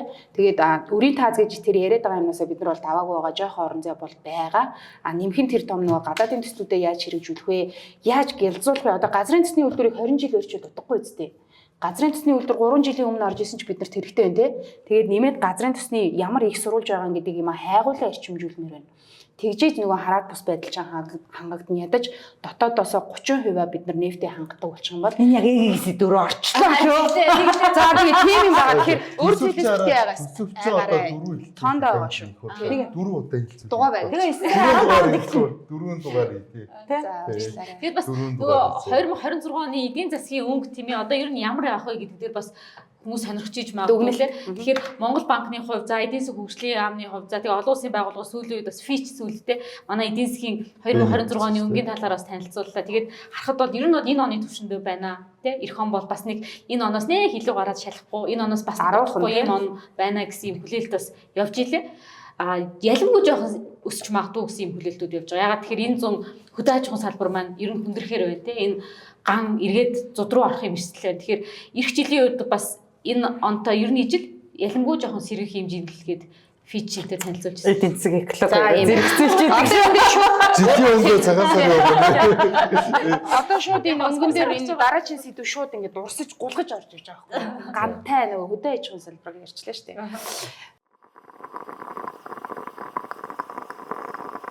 Улсын хурлын дарга жилийн өмнө гурилын үнийг буулгах ёстой гингүүтээ нөгөө импортын гурилын татварыг тэгэлцсэн. Тэгээд үр дүнд нь юу болох вэ гэдгийг тэр үе төсөөлж ярихдаа гурилын үн буурнаа. Чөлөө төрсөлтөөнийг одоо дэмжиж байна. Заавал ингээд дотоодын салбарыг дэмжиж авах албагүй гэдэг юм яваад хуулийн хэрэгцсэн. Одоо хамгийн том сонгуулийн өмнөх жилийн өвөл тий гурилын үйлдвэрүүдтэй нэг юм албан бус зодон болсон улс төрчид. За энэ хууль нь хэрэгцсэн гурилын үн бугаагүй Оросоос гурил орж ирсэн. Эффект нь салбар дээр газар тариалан дээр яаж гарсан бэ гэхээр жижиг тариаланчид тариагаа тарих болчихж байгаа. 30%-аар агссан. Тариалал агшаад Ургац хураалтын эффект одоо энэ намар гарч ирж байна. 40% унтсан байна. Гантай холбоотой тийм. Ган тийм нэмэх нь ган шүү тий. Нэг тариагүй юм чинь буурхан тодорхой. Жижиг тариалан чи тарихаас татгалзсан. Хоёрт дээрээс нь амар хуурай хав хатуу юм зуныг тулсан. За тэгээд үр нөлөө нь юу болсон бэ гэсэн чинь миний шин сайд энэ хүний хийсэн одоо үр дагаврыг одоо хор уршиг өртөөд хойд хөрш рүү яваад лагийг гуйсан байна. Тийм. Одоо 4-5 дахад тий. Улаан буудаг хөнгөлтөн үнээр нийлүүлж өгөөч гэж Данта улсаас гуйгаа Данта улсын ерөнхийлөгч тэгэлгүй яах вэ гэж хэлсэн байна. Нэгдүгээр гуйлт за юм болсон байна. Хоёрдугаар гуйлт надад энэ зүгээр хувь хүний үед амар ичмэр санагдаад байгаа байхгүй. Газар тариалангийн салбарыг стратегийн салбар юм аа гэдэг улсын мөнгийг өгтөл нь угжуулад хөнгөлтөө зээл жидүү сан бүх юмар нь дэмжсэн шүү дээ. Атрын 1 2 3 гэдэг аян хийсэн бид нар. Тэгээд 100% дотоодын хэрэгцээгээ хангадаг байсан салбар руу төр өөрөө орж ирээд бодлогын шийдэл нь буруу болонгууд эффект нь яаж гарсан бэхээр айлаас очиж гурлаа гуйж байгаа байхгүй. Тийм юм байна.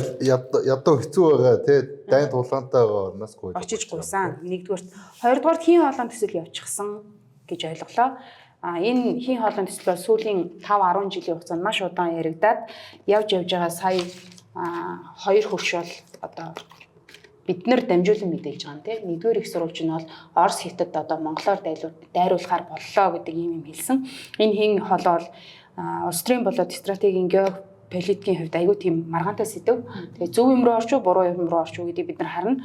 Гэхдээ хоёр том юм дантай байгаа улс нэг нь юм бүрэн төрийн эрхэд байдаг ийм улсын хамгийн том эдийн засгийн нэг юм ямиг улсынхаа тех дундуур нэг юм хоолой татгаж байна. Хийн хоолойгоо хамгаалж бол цэрэг цагдаа нь бол зэрэг орж ирэх юм байна. Эндээс бид нэр хий авахгүй. Одоогийн бидний мэдж байгаагаар бол хий авахгүй. Дайрын өнгөрүүлсний хий авахгүй. Тэгээд дайрын өнгөрсний хөлс буюу одоо манай газар нутаг дээр байгаа үйлчилгээний хураамж гэдэг нэг юм авах юм байна. Алстаа одоо нэгэнтээ ороод ирчих юм бол бид нар одоо эндээс чи хий авъя гэдэг одоо нөхцөлийг мэдээж дараа нь тавих бах гэдэг ийм юм руу орсон. Тэгэхээр бид нар шатхуунаас хараад сая улаан буудаага гуйлаа. Одоо нэмэх нь ийм геополитикийн дахиад нэг ийм хамрал бүх юм руу орсон ийм нэг 7 хоног явлаа шүү. Энэ хүмүүс одоо гадаад альчлалаасаа ирээд яг тодорхой бас нюансаа тий ямар юм руу орсон бэ гэдгийг хэлэх хэрэгтэй. Орос хятадын хэвлэлүүдээр гарсан мэдээллийг бол Монголын сайтууд, Монголын хэвлэл мэдээлэл их юм бол орчуулад тавьсан байлээ. Олон судлаачид нь эх 7 хоногт энэ сэдвийг илүү тийм нарийн детальны одоо нэг дор жимээ дулмаа өгөөд ойлгогдохоор бас тайлбарлаж өгөх байх гэж найдаж байна. Сибирийн хүч 2 гэдэг юм хоолой байгаа тий. Сибирийн хүч 1 гэдэг энэ хоолой бол 2019 онд тавигдаад одоо хий явж байгаа. За монголоор дамжих хоолой бол Сибирийн хүч 1 гэдэг хоолой. За тэгээд энэ гэрээн дээр бол мэдээж хэрэг хийг дамжуулах Газпром компани болоод Хятадын хий худалдаж авах CNPC гэдэг компани байдаг. Энэ хоёр компани бол ингээд гэрээ ихний шатнаар ихний байдлаар байгуулсан тий. За тэгтээ яг мэдээж хий хоолойны асуудал бол маш их олон жил ярьж байгаа. Хамгийн гол нь энэ хий хоолойны асуудал хэрэглэгч тал тий худалдаа авагч тал эцсийн байдлаар авна гэдгийг тохирч ижил авахгүй асуудал ярина үгээс хятадын өөрийнх нь одоогийн нөхцөл байдлыг аваад үзэх юм бол ихлүүд бол эрчим хүчний түүхий эдийн гаднаас хараад байх сонирхолгүй болсон байхгүй юу тий эрчим хүчийг үргэлж өөрийнхөө бие даасан байдалд хадгалах гэж хичээдэг. Тэгээд дотроо өөрөө маш их хийтэй. Тэгэхээр за тэгээд одоо явагдаж байгаа Сибирийн хүч 1 хоолой бүрэн хүчин чадлаараа ажил эхлэегүй байгаа. За тэгэхээр бид нар бас энийг аягүй сайн тэгэхээр эцсийн шийд бид нар 1000 сайн ярьж болно. Орос хийгээ худалдана гэж 1000 сайн ярьж болно тий. Хүсэл эрмэлзэл хин хинтэн байж болно. Гэхдээ эцсийн шийдвэрийг хятад тал гаргадаг шүү. Хятадыг хин гаргах эрх хэлцээ тэр одоо үнэхээр хий авах шаардлага үнэхээр байгаа юу гэдэг тэр тоонуудыг бид нар аягүй сайн харгалзах хэрэгтэй. Яг ихний байдлаар бол тохирсон. Гэхдээ энэ дэр хэдийн хэмжээний хий авах, хийг ямар байдлаар тохирох, одоо бүтээн байгуул, төсөл гэх мэтчлэн хугацаа тий. Санхүүжил тооцоо судалгааны асуудал бол одоогоор бол бүрэн нарийн тодорхойгүй байгаа. Энэ төслийн одоо хувь заяаг шийднэ гэдгийг бид нар аягүй сайн бас бодох хэрэгтэй бол. Жохон юм юу хаалттай боловч яг энэ асуудлаа нөгөө нэг аюулгүй судлалын үрэлэн тэгээ стратеги судалгааны үрэлэн гэдэг хоёрын засгийн газрын think tank байгууллагууд хоёулаа одоо чинь үндэсний аюулгүй байдлын зөвлөлт юм уу мэдээлэл өгдөг. Ийм прогноз юм том байгууллагууд судалгаа хийгээд олон жилийн судалгаа хийж зарим нь бол ингээд нэг хоёр судалгаа бол ийм л эрг сөрөг гэдэг кросс юу хийцээ. Тэгээд дүгнэлт нь юу вэ? Эрг сөрөг талаас нь ингээд аль аль нэг гарсан юм тий. Казахстаныг нэлээд нөгөө юу яаж тийм лээ. Хамгийн ойрын жишээ Оросын холбооны улсын хийн экспортын ихэнх нь Украинаар дамжиж тий хоолоогоор Европын зах зээл рүү гардаг байсан. Франц тэргүүтэй улсууд бол нэлээд өндөр хамааралтай байж байгаа эрчим хүчнээ. Тэгээд тийшээ цэргээ оруулсан мэдээж дайцсан шалтгаан нөөр. Гэхдээ тэр дайнаас болоод Европын улсууд өөрсдийнхөө нөгөө хэрэгцээ эрчим хүчний хэрэгцээг авахд хэцүү болоод за тэгээд нөгөө бидний Францтай мэдээд байгаа нь бол эрчим хүчний салбарт хамтарч ажиллая тий манай ийм нэг ийм юм болооч гэдэг бас яриа юм явсан. Тэгэхээр энэ дэлхийн нөгөө сургамжийг хэдүүлээ харж агаад бас нэг ийм аль талаас нь хандах хэрэгтэй. Тэгээ бид нар чи хит уус гэдэг ерөөсөө мартаж болохгүй тий. Бид нар айлын хийг уулна ярьж байгаа боловч манай нүүрс өөрөө нүүрсний давхаргад хий байдаг. Тэр хий бол бас ашиглаж бол их үүсвэртэй хий. Тэгэхээр нүүрсний давхаргын метан хийгээ бид нар бас ашиглах юм бол тэгээд тий бид нар зөрүүлээд хийтэй гэж штэ манай. Хитээ байгаа даахгүй ашиглаж болно гэдэг. Тэнгүүд манай компани байдаг тий хит Оросоос үлээ. Нөгөө нийслэлийн агаарын бүртлийг бууруулах гад хий аавна гэдэг юм бас яцсан байгаа. Оо тийм үү. Тэгээ нөгөө Чингэлтэй дөрөвд 30,000 айл үлээ 10,000 айл үлээ. Бид нар хит уус шүү угнаас Монгол улс л тий. Тэгээ одоо хийгээ очиж бас араас авах зүг юм. Мөгөөл үргэлжлэх юм байна. Стратегийн ач холбогдол бүхий салбаруудаа ямар бодлого барьдаг, зарчим барьдаг, зарчимдаа яаж үнэнч байдаг гэдгийг юм уу? Өөрийнхөө эрх ашиг, ирээдүйд үүсч бодлох нөхцөл байдал байдлын тооцоо судалгаа янз бүрийн юм яаж хийдэг вэ гэдгийг одоо өстө хэдэн 10 жилээр л харлаа шүү дээ. Яг нэг энэ прожект дээр л ихэд жишээ нь за тэгээд ингээд яриад байвал гурван маань яваад эрчим хүч яваад ингээд одоо анын даргаыг яриад дуусгая тэхүү. за намрын улс төр гэдэг нэг юм том сэдв байх нь байгаа юм. За тэгээд тэр улс төр эхлэх нь бол эхэлсэн. За тэгээд энэ ардчилсан намын удирдлагын сунгаагаар эхэлсэн. Одоо тэгтээ цаашаа ингээд хөөхөн энэ чинь энэ сериал чинь ингээд хит хитээ анги үргэлжлэх юм шиг байгаа. За тэгээд өнөөдөр нөгөө нэг ардын намынхан гарч ирээл нэг тэ Британыг шуурхаалын муурхаалын эдэр гэдэг мэдээлэл гаргаж байгаагаас утгад намрын улс төр нэлээд бас халуун болох байхаа гэж. Хин бэ. Ардчилсан намын шин дарга. Одоогийн цаг гэрэл. Хонж өнжсөн. Амралтын өдрөө зориулан байж аны хурал дээр бүтэн суулаа гэсэн. Аны хурал яг нөгөө бас л улс төрийн соёл талаас нь бид нар нөгөө нээлттэй байх, иргэдэд мэдээлэл олж авах эрх бол нөгөө дөрөвдөг засаглал масгалэл бидний хөргөд байгаа дайч биш те.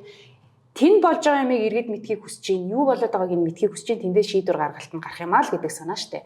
За одоо хамгийн том сөрөг хүчин буюу одоо Монголд байгаа 2 дугаар том намын дарга бол одомгийн цогт гэрэл боллоо. Түүнтэй одоо 3 хүн өрсөлдсөн. За нэг хүн нь бол Отгон Бат илүү Баяр те. Отгон Бат өрсөлдсөн. Өрсөлдсөн 50 ч хүнд өрсөлдсөн. Гэхдээ 3 хүний санал авсан. За нэг 104 сая төгрөгөөр бол нам дотроо янзын сайхан PR хийлээ гэж би тэр залууг харсан. Тэгээд бид нар энэ одоо юу илээ гэд харахаар нэрээ анд байсан юм билээ. ÖБХ тэр нөгөө 4 жил байх шалгуур малгуураа хангацсан. Одоо Ладаа самбуу бусад гишүүн ороод ирэхэд нэг шалгуур дээр очиж бүдэрж штэ. Одоо байгаа намын дүрэн дээр те. Мөнх Баясгалан Ладаа самбуу шижир бас орж ирээ гэсэн. Шижир бол хэдхэн цагийн дотор 3 цагийн дотор 200 сая төгрөг байршуул гэдэг дэнчин дээр бүдэрч байгаагаа хэлээд унжилээ штэ. Тэгээ сүүлдээ яг хөө нилээ эвлэрээд намынхаа хурлыг ширлээд дуусгах шүү гэсэн те. Ямар ч байсан өрсөлдөөн олны ил тод байсан. За Баярмаа гишүүн, цогт гэрэл, за нөгөө төрөвдөрж гэсэн ийм 3 хүний донд хамгийн том өрсөлдөөн явлаа. За үдсдийн бодлогын хороонд юу нь юу байд юм бэ гэсэн чинь 360-аад гишүүнтэй байна. Энэ бол ингээд 21 аймаг одоо тэдэн сумаасаа ингээд гарч ирсэн төлөөлөгчтөн гэж ойлгож болох юм тий. Тэгэхээр 4-ний 1 нь тийм 4-ний 1 нь бол Улаанбаатараас орон нутгаас 3-ны 1 нь буюу орон нутгаас аягүй олон байгаа байхгүй юу. Тэгэд энэ хүмүүс хоттой ингээд жилдээ 1 юм уу 2 л ирж хамгийн том хурлаа байдаг. Тэр том хурлын одоо өнгөрсөн хагас өдөр болсон. Залуучуудын эмэгтэйчүүд ингээд коут байдаг тий. Бас Дууд ингээд коут байдаг юм шиг л. Тэгээд энэ намын үндэсний бодлогын орооноор 4-ийн төслөө бас баталчих юм болов гэдэг нэлээд үлээлтэй байдаг. Сайнцсангүй 5 сарын Ардчилсан намын сайт чинь шинжилгээ дүүгэж нэрээ. 5 сарын 31-ний хамгийн сүүлийн мэдээ орсон. Тэр нь болохоор нөгөө Баян урлагийн аймагт 4-ийн төслөө одоо танилцуулж байна гэдэг мэдээ танилцуулж байна гэдэг мэдээ билээ. Бидний тухай гэдэг нь бол өөрчлөгдөг байгаа юм байна тий. Тэгээд 4-ийн төслийн сайт дээр сайт ажиллуулаач ээ. Шинэ 4-ийн төслийг харсан л та. Одоо чинь ингээд Ардчилсан авч нөгөө нэг сонгуулийн дараа дарахгүй болчихдог байхгүй. Яг 4-ээр бол шууд сонгуулийн дараа хамгийн олон суудлын их хурлд авч чадахгүй бол намын дарга, дэд дарга нар нарийн бичгүүд тэгээд нөгөө шидтийн нөгөө дарга нар огцорсон тооцогдно. За. Шин дүрм дээр бол зөвхөн намын дарагт огцорсон тооцогдох байл. Дарга нар үлдээд. бусдууд нь үлдэнэ. Тэгээ нөгөө дид дарга нарын нь хамгийн өндөр настай нь одоо даргаа төр орлон тэгээд тэгээ юмнуудаа жоохон өөрчилчихил. ÜПГ-ийг үүзэхээ бол буцаах гэх. Намын даргаа зөвхөн дарга гэдэг юм томор чинь гэдэг. Зөвхөн намын даргийнхаа дэг.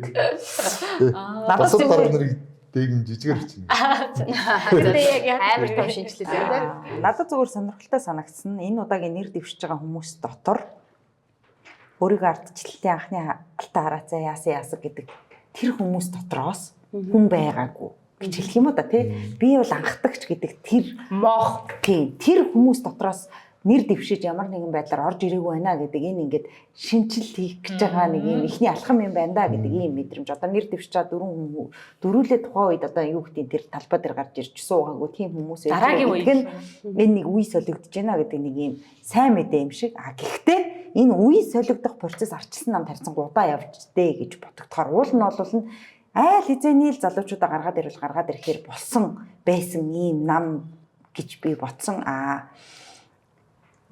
Хүлээгжсэн ч унтчихжээ. Тэгээ цогтгэлч баг шиндээ орох гэдэг нөө. Залуу хүн одоо сүүлд орсон гэхүү сүүл таньсан. би ч гэж бол би хэлж мэдэхгүй байна. Арай биш байна. Одоо баяр цогт ч одоо аль залуудаа тийм. Зэн их бол баяр цог цайхан бэлэгч гэдэг юм уу. Эднэр ингээд тухайн үед бол маш залуу байсан гэдэг ийм хүмүүс шүү дээ тий. Гэтэл тэд нар ч байхгүйсэн. Баяр цогт гişүү яах вэ нөгөө их хурал дээр бол байна лээ л тий. Үүл Баатар. Тэгээ унтчихжээ. Тэгээд нөхөж үтсээ. Тэгээ нөхөж үзээд тэр мэтгэлцээнийг нөхөж үзээд төрсэн сэтгэгдэл бол анханасаа угаасаа л тэрээр намын дарга болох нь тодорхой байж дээ гэж ботсон. Яагаад тэгэхээр гоё юмсэн тий. Надад бол гоё санагдсан. Гоё санагдсан тий. Яриа би санал нийлэхгүй байж болно тий. Гэхдээ надад гоё юмсэн тий. Гэтэ би тэрийг мэтгэлцэн гэж бодохгүй. Мэтгэлцэн бол байгаагүй. Байгаагүй л тий. Байгаагүй сэтгүүлч тий. Тэгээд юу гэж бодсон бэ гэхээр за бүрүүдэр гişүүний хувьд бол улс төрийг маш сайн хийдэг гişүүн тий тухайлдсан сэдвүүдтэй ялангуяа энэ бол одол болдог тий түүнд бүлгийн дарга нөгөө би тэднийг аль ч хилээ дугаар дээр бям цогт гişүүнд бүлгийн дарга зогсож исэн гэдэг шиг бүрүүдэр гişүүнд бол бүлгийн дарга айгуу сайн сөрөг хүчний ялангуяа бүлгийн дарга зогтдог яг тэр байран дээр л байж ах хэвээр хүн юм шиг ийм мэдрэмж төрсөн Отгонбатын тухайд бол би хэвлэлээр гараад байгаа мэдээлэлс жоохон эсрэг байр суурьтай байгаа мэдхгүй ийм хэмжээний мөнгө төлчөөд ахаад танигдангуудаа ардталт нь улс төрнө гэхээр би мэдхгүй нэг ирээдүйд улс төрч гэж би хэлж мэдэхгүй байна. Алтан бус амир их лөөврийн хэрэг мэрийг бас сонсогдсон шүү. Баярмал гишүүний тухайд бол үнэхээр шин тутам. Үнэхээр шин тутам. Яг хав арчилсан намын бүтэц дотор удаж байгаа байж болох ч гэсэн пабликийн хувьд бол үнэхээр шин дүр төрөх. Тэгээд түүний хийж байгаа сүүлийн үеийн акцууд бол дандаа үр дүнтэй байгаа. Тийм, үр дүнтэй байгаа боловч яг туршлага гэх юм бол ягаад ч түүнийг гүйцэхгүй байсан гэж би бодсон. Түүний яриан дотроос надад хоёр юм таалагдсан. Нэгдүгээрх нь ардчилсан нам яагаад өнөөдөртөө ингэж нүүр тулцсан бэ? Дараалсан ялагдлууд хүлээсэн бэ гэхэлэр бид нар Улаанбаатар хотод дэмжлэгээ алдцсан. Магадгүй Батуулбаатараас хойш. Үнэтэйг дарга хийснээс хойш тий. Тэгэхээр оншоо зөв тавьж гинэ гэж би ойлгосон юм. Хоёрдугаарх нь залуучуудын дэмжлэгийг алдсан. Ардчилсан нам уул нь бол ийм ирчүүлжтэй залуучууд өөрчлөлт хийж болдгийм байна гэдгийг ойлгуулж гарч ирсэн намаа гэж бодох юм бол залуучуудынхаа дэмжлэгийг алдсан гэдэг онш зүв байсан. Бизнес эрхлэгчид буюу хувийн хвшлийнхэнд нөгөө нэг угаасаа намын чиг үүрэг те үзэл баримтал янз бүрийн юм нь эн чинь ингээд хувийн хвшилтэй холбогддог штэ. Тэгсэн мөртлөнгөөсөө тэр зорилтод бүлгэхээ дэмжлэгийг алдсан учраас манай намын дараалсан ялагдал хүлээгээд байгаамаа гэдэг энэ оншул зүг байжтэй гэж бодогдсон нэгдүгээрт хоёрдугаарт үнэхээр чадах байх та гэж мэдрэмж төрсөн нь би ингээд ийм үндэсний хэмжээний групп компаниг ингээд яг тгээс нь эхлээд өдөө хүртэл сосгосон. Тэгэхээр систем яаж угсардаг вэ гэдэг ийм туршлага надад байгаа гэж хэлсэн. Надад за энэ хүн намын дарга юм байна да гэсэн мэдрэмж төрөөдгийг би хэлцүүлэхийн дуусгахгүй гэж тэгээд буцаад. Тэгээд яг нөгөө бүтэн сурвалжлаад явахад ингэсэн эхлээд нөгөө ÖБХ-ийн хурлын өмнө нөгөө нэрс тодорхой нэг бас нэг хурал болсон юм аа. Бүх нөгөө кандидатуудын байр суурийг авах гад тэр нөгөө хамгийн том нөгөө санал хураахаас өмнөх өдрийн хурал дээр ажиллаж байхад бол мань хүн ганцаараа яриа өгөөг байхгүй. Тэгээд нэлээ олон паналдаж үзээд шууд очиж үзээд ингээд нөгөө тактика бүгдийг очиж бүдэрсэн. Тэгээд нөгөө надад тэндээс ямар нөгөө нэг юм уншигдсан бэ гэхээр хувь хүний талаас за энэ айгүй ихтгэлтэй байгаа юм байна. Хэвлэлт нэг те одоо би ингэн тэгнэ гэж ярих хэрэгцээ байхгүй байгаа юм байна нэгт. Хоёрт ингээд угаасаа нам дотор хөлийн зөвшөөрөгцөн те одоо энэ хэвлэл дээр гараад яриад нэг байцаагдах шаардлагагүйгээр би намдаа бол ингээд ажилдсан танигдсан байна гэдэг юм бардамнал байгаа юм болов уу гэж би алсаас таасан. Тэгээд яг сонгуультай өдрийнхөө өглөө бол айгүй товчхон нэг 5 минутын яриа өгсөн. Яг энэ сонгуульдаж яаж яхад бол яг нөгөө сонгуулийн зарчмаар ажилласан үн нь бол пүрвдорж гişүн гэсэн. Бүх нөгөө намынхаа ингээд ордог хаалган дээр зогсон ингээд гар бариад намайг дэмжээрэй би ийм ажил хийлээ гэдэг яг сонгуульд нэг тэгж болдог ч тэгсэн. Эмэгтэй нэр дэвшигч бол Баярмаа хамгийн сүүлд орж ирсэн.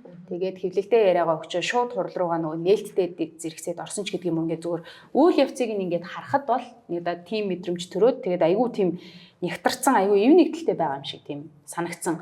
Өмнөх нөгөө нэг энэ хуралч нөгөө хайрцаг авч явж цухтаагаад нэгэнд хамгаа авч цухтаагаад арчлан намын хуралч нэг юм зовлонтой болдог штэ тий. Нөгөө үйл явдлын тайзан дээр авч зодоо. Үйл явдлын сэтгүүлчт нь ингээд нөгөө гүйцэтгэв тий. Тим амир нөгөө нэг entertainment-лэг нам гэсэн чинь энэ жилийн UB-г айгүй тийм ягтарсан юм болсон юм шиг санагдсан ш. Тэгэхээр энэ нам учраас дотроо олцсон юм бол одоо их хурал дээр дахиад нэг өөр ийм хүч гоё юм амилж байгаа юм болов уу гэж харсан. Одоо бас ч гэж шалдан бич 40 хэдэн гишүүнтэй байна те.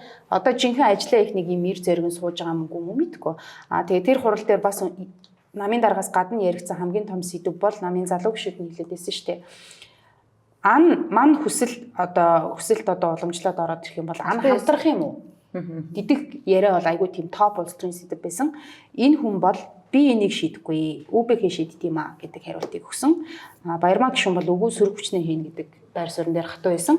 Пүрвдөрж бол дуртай үедээ хөөж гаргачаад ингэдэг байж болохгүй. Ер нь таалагдахгүй байна тий. Тэдэн сайдаа өгөө тэдэн ингээм бол хувь тохирох юм бол яг бодож үзье гэдэг нэлээд тийм сөргүүлсэн үнцэг. Энэ ингээд нөгөө энэ сэдв үргэлжлэх юм шалтгаан болцсон тий. За одоо ардын нам ямар нүүдэл хийх юм гэдэг байдлаар ингээд олон нийт хүлээгээд эхэлсэн. Тэгээд магадгүй энэ бас нөгөө нэг мэтгэлцээний бас их хамгийн гол асуулт юм шиг юм байгаад тэгээд нөгөө нэг одоо ингээд нэг юм бэтметэр томилогдсон ч юм уу юу нөгөө халтын ерөнхий менежер юу юм блэ хэмжээ менежерүүд цэнэжрүүд арай ажиллаа өгж амжаагүй байгаа эмнэлгийн бүтэц дотор байж байгаа ардчилсан намынханд бол энэ хамгийн чухал асуудал байсан. Тэгээд нөгөө нэг хамтрахгүй гэж хэлэхээр та нарыг ажлаас нь халнаа гэж байгаатай адилхан шүү дээ. Тэгэхээр магадгүй нөгөө нэг туршлагатай хоёр улс төр чинь энэ хариулт конов дарах шалтгаан болсон байж болох уу? Одоо хэнийг цогтгөрлийг бол дарга болно гэдэг яриа илэрч гарц тийм. Тэгэхээр би нөгөө бүдэрсэн тийм. Үндэсний бодлогын орогны хурал нь болох гэж юм. Тэгэхээр нөгөө нэг юугаар тэр өргөөр очсон юм а хэвлэл дээр. Тэгээ хэвлэл дээр орсон чинь тэрэн дээр нөгөө нэг яг юу болж байна гэдээ би нөгөө нэг тэр хамгаалтынхны хүмүүсээс асуухгүй. Тэр чинь хамгийн сайн мэдээлэлтэй байдаг шүү дээ хүмүүс. Өмнө гайг юм шиг байна. Их сурвалжаа зааж өржүүлт юм уу? Тэгээ олон хамгаалалттай нөгөө хувь хамгаалалттай зөндөө. Тэгээд ямар яаж байрлаж ийн гэдгсэн чинь нэг юм 5 өрөө авчижээ гинэ. 5 өрөөнд ямар хүмүүс авчиж нөгөө фракцаараа ингээ хуваагдсан байна. Тэгээ нөгөө дэвшиж байгаа нөхдөр чинь ингээд өрөө хийсээд нэг амлалт болгосон. Ерөнхийдөө бол нөхөр болох нь тодорхой болсон. Нөхөр болчоод тэр нөгөө нэг УБХ-г яаж хуваах юм, дид дарганараа яах юм те. Энийг төхрөө. Нам доторх төхрөө. Энэ төхрөөг хийх гэж нөгөө нэг тэр хурал болж байгаа юм. Тэгээ маргааш нөгөө хурлаараа ясуулж шít. Тэгээд арчс нам бол энэ нөгөө улс төрийн намын хуулийн одоо тэр нөгөө 2025 онд хийх ёстой тэр хурлаа их айтайхан тавьчлаа. Дараа их айтайхан сольчлоо. Одоо дээж өгдөгмөстэй те. Зовлонгоо хурдан гарчсан. Одоо ардын ном бол харин бөө зовлон юм даа. За одоо энэ ам дээр одоо ингээд ажилласан сэтгүүлч хувьд бол ингээд аюу жаргаж ажиллаа тий. Санал хураалтын ингээд экипажнаас харж юмараа баг хин ямар саналыг хийн чаддаг бол харах нэ тий зөөмөлж жагаад саналын ингээд хувь мөвөд ингээд гişүүдтэй танилцуулахын зэрэг харж мараад аюу гой нээлттэй ажилласан. Тэгээд гой бүтэн ингээд сурвалжлаад нэг сэтгэл цадаад нэг тим ажил хийгээл гарсан. Одоо манай хурал болон зэ аюу зовлонтой. Нөгөө үнтэй цагаан байрныхаа гадаа хідэн сэтгүүлчдий чинь оруулагчгүй гаргагчгүй ингээд нэг шатан дээрээ тагш чинь тий. Тэгээ нөө сэтгүүлчт нь намын уралдаа ирж байгаа нөхдүүдийг барьж авч нэг хидээр аваад хуваагдаж аваад тий. Тэгээд юу болж байгаа бүү мэд хэдэн цаг шипэн дунд. Үгүй ээ нэг амар чиний энэ яриг сонсчингуудаа сая ярьчихсан нам их шиг хийчих واخ. Мэтгэлцээ тэтгэлтэй лөө тэхвэдээ. Тэгээ шин дунд нэг хэдэн улаан нүдтэй хүн гарч ирээ. Ингээ шүн дунд гинт ингээд зарлаа хэлээ урагшаа. Гэхдээ ер нь бол одоо ингээд ардчилсан намын энэ процессоос те засгийн газарт орох юм байна гэдэг ийм хүлээлт үүсцэн. Тэгэхээр ардын намын хурал юу болох вэ гэдэг рүү ингээд олны нүд чих ийшээ явчлаа штэ. Тэгэхээр эднийх одоо гол нь барилдаа нэг шуурх алах хэрэгтэй. Тийм шүү дээ. Тэгэхээр намын дарга нь хэлээд энэ тийш хэлээг үгээш. Тийм. Жохон драма дуртай байна үү? Жохон хоцоо. Би тэгтээ ингэж бодсон. Али би барьж тэд тохирцсон баг. Аа. Одоо байна шүү дээ гол нюанс чинь энэ хоёр бол нэг талтай байгаа. Үндсэн зэсэн дээрээ бол тохирцсон баг. Би Хиний аав байсан. Яа бэ? Хиний аав бэ? Тэгтээ би ингэж бодсон шүү. Энэ яг хаана орохоос аюу тийм бид хэд маш олон томон дээр ярьжсэн. Ер нь бол 70-80-ын зодон болж байгаа гэдэг энэ дүр зураг яг ингээд цаашдаа ардын нам чиглэлээр бол үргэлжлэх бах тий. Үнэхээр 70-80 гэдэг дээр энэ ингээ үргэлжлэн зүгээр яг эднийх хоёр нүүдэл хийсэн гэж бодож байгаа нь би нөгөө нэг төргөн нуурын орд газрыг төрөлхөрлөлийг цуцлах энэ шийдвэр бол эдний эхний нүүдэл байсан. Одоо зандан даргын эхний шатрын нүүдэл энэ байсан. Намын нөгөө нэг сонгуулийн өмнө Женков болоод байгаа. Тийм. Хоёр дугаархан цогтгорл дарга томилог сонгогдохдоо ÜБХ шийднэ орно гэвэл би орно гэдг нь ер нь бол ингээд айл төвшөө тохирсон юм шиг нэг юм байр суурь илэрхийлэхээр за эднийг ингээ хоёр нүүдэлтэй болчихж байгаа. За одоо үнэхээр ерөнхий сайд намын дарга авахгүй бол хүчгүүд нэ. Одоо ингээ хүчгүүд дүр зургийг нь харагдаад хараад байгаа штэ бид нарт. Тэгэхээр өөрөө гишүүн биш. Дээрээс намын дарга биш. Зүгээр л тис хөндлөн хүн явж байгаа хүн чинь одоо ингээд ядаж нэг дээр давхарлахаа бодно үстэй. шалдан байна гэдэг үг цааш. Одоо нөгөө ардын намын шинжлэлийн орон мөрөө гэж одоо байна уу? Танаа Шоронд ороод дууссан. Ардын намын шинжлэлийн ороо. Тэгээд одоо нөгөө шилэн цогёох гэж нөгөө хэвлэлийн урлагмарлыг айл амын байранд очиж лайвдаг гэсэн. Одоо хурлаа яаралтай хиймээ тэрийг эсрэг. би уус 8 дугаар сарын сүүлээр нөгөө нэг яаруулах хэрэгтэй. Тийм, их хурлынхаа товыг 45 хоногийн өмнө зарлах ёстой гэд би 8 сарын сүүлээр эдгээр айл хязгаар цохоод эхэлсэн юм байна гэж ойлгосон юм. Гэтэл чинь сүүлийн 1-2 хоногт ямар үр дүн үзүүлсэн гэсэн чинь өө эн чи өвөл рүү шидэгдэх гээд юм. Тэгээд 11 сар гэдэг нэг тоо явчихсан. Йоо. 9 сард нэг хурал болоод товлох ёстой. Тийм тов сонсогдоодсон. Тэрний сая 8 сард нэг ахмадын уралмал хийж. баг хурал нь хуралдаад баг хурлаараа товоо гаргах юм байна гэж ойлгосон. Гэхдээ тэд нар баг хурлаа хүлээлгүйгээр их хурлынхаа товыг зарлаад эхэлсэн байна гэж би ойлгосон байхгүй юу. Тэгээд нэрээ зарлцсан байж болох юм байна гэж бодсон нь залуучууд нь цуглаад бараг 7 хоног ингээд арга хэмжээ ичж байгаа. Араас нь ахмадуудтайгаа уулзаад ингээ арга хэмжээгээ ичж байгаа. За үндсэн хоёр сегмент ингээ багцлчихж байгаа. Тэгээд одоо жишээ нь их хурлын дарга одоо манай төрийн 3 өндөрлөгчтэй сайхан рил хийдэг боллоо. Тэр рил дотроос ингээд хэлбэр дотроос бид нар агуулга барьж авах гэж хичээдэг боллоо шүү дээ. Тэгэхээр тэр дотроос би жишээ нь юу харж ийн гэхэлэр энэ нөгөө нэг засгийн газраас өргөн барьсан төсвийг иргэдээр хилцүүлэх ажлыг их хурл үргэлжлүүлэх гэж байгаа юм байна. Нэр дээрээ.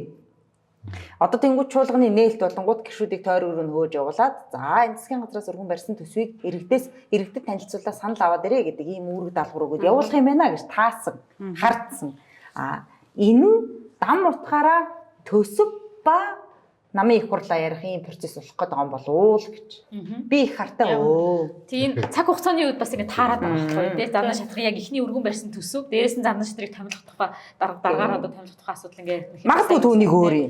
Тий. Одоо энэ нөгөө нэг увсын анхаа манхаа бичээд дээ шүү дээ. Энэ хоёроос өөр дарга байж болтгүй юм уу, молтгүй юм уу гэд. Тэгэхээр яалтчгүй нэх тэр нам дотор явж байгаа яриа хэвлэлийн дунд явж байгаа яриа хоёр нэг их зөрөөд ийсэн юм байхгүй байгаа байхгүй юу. За тэгээ би ер нь юу гэж бодсон гэхэлэр би ч нэг бодоод юу аа.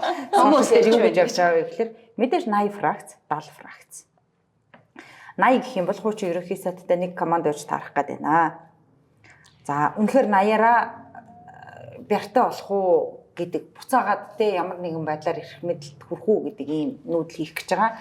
Тэрээр хуучин ерөнхий сайдын саналыг үнэхээр хэвлэлээр хардаж бичээд байгаа шиг энэ тэнд уулзаал арангаа мангад уулзсан шиг ингээд ийм уулзалт болсон бол тэрээр хуучин ерөнхий сайдын саналыг хүлээж авах үгүй юу гэдэг жоохон эргэлзээтэй. Яагаад тэгэхээр нөгөө нэг Бортыг мэг чинь нэг жилийн өмнө идэвхтэй яригдчихсэн сэдв баггүй юу. Тэрээр ямар нүүдэл хийх вэ гэдгээс их юм шалтгааллах гээд байгаа. За одоогийн ерөнхий сайд намын дарга болоод ороод ирэх юм бол хотын даргыг генсекээр солих нэ гэдэг нэг ийм таамагуд гэмэлтэй бас яваад эхэлж байгаа. Хэний надмаар болчихгүй юу? За тэг юу тэгээд ахыг барай. Давхарлаад үгүй энийг давхарлаад. Ингс гэдэг. Тий. За одоо ингэж байгаа. Ерөнхий сайдын зурагтай дээл өнгөссөн. Тийм. Тэгэхээр 70-80-ын энэ нөгөө нэг эрх мэдлийг хаана яаж төвлөрүүлэх вэ гэдэг ийм юмнууд бол үнэхээр явж байгаа юу гэвэл явж байгаа байх. За тэгээ бусд нь нэг сонирхогч юм байхгүй. Энэ тэндээс олж сонссон хов тамхины зэхийн мэдээлэл юу вэ? Яриач хотлаа. За улс төр бичихгүй л дээ. Ингээд уусгаач бодлоо яриа. Би ч ерөөсөө тэгэл хэлчихсэн шүү дээ. За яг хоо том номын одоо зүгээр газ нэг талдаа гарах нь одоо ер нь манай улс орнд л хэрэгтэй тий. Удаан төлөвлөцөөл, удаан задлцоол ингээд сунжрах тусмаа энэ чинь үйлчлэлтийн бэлтгэл яасан хийсэн төсөн мөнгө зөв нэг талтай газ гараад ингээд учраа олоосоо тий. Намын зовлон, улсын зовлон болгож одоо энэ жил бол хансан шүү. Хаваржингаа зовлоо штэ бид нар ч одоо. Тэгэл сайхан 100 жилдээ л тайлбарлсан. 100-жингаа 100 жилдээ л. Одоо тэгээ өвөл хүнд болох гэдэг штэ. тий одоо тий энэ гантаа байсан аймагуд маань зудтай болох тухай дээр ярьж байна. За тэгэл одоо ерхий сайд хүртэл буудаа гуйгаал те гурил гуйгаал явж чинь амар хэцүү байдалд орж байгаагийн шинжлэх. Ажлаа хий гэсэн үг шүү дээ юм аа тий. Ажлаа хий. Зодооноо хурдлуулад ажлаа хийцгээ. Одоо заднчтар чинь одоо их хурлын гишүүн биш, намын дарга биш. Гэсэн мөртлөө ерхий сайд гэдэг ингээ. Одоо удахгүй 100 хоног нь. Тий, одоо 9 сар чинь 100 хоног юм шүү дээ. Тий, ажлаа тайлбар. 10 сарын ихэр хаа. Тийм үү. Тий. 9 сарын сүүл хэрэг гэж ойлгосон. Тийм үү. Яадагч байлаа гэсэн гэхдээ амбицгүй сайд ямар олонтой салбар юу засгийн газар вэ гэж бодсон шүү. Хурал юмаа хурдын хийгээд төсвийн ажиллагаа. Төсвч өөрөө Монголын хөгжлийн бодлого шүү. Тий. Тэгээд төсөв рүүгээ хурдан. Тоогоор өчтдөг байл тий. Гэж том намынхандаа хэлснээр манай энэ тайм дуусч байна. Дуусч байна. За дуусах. За.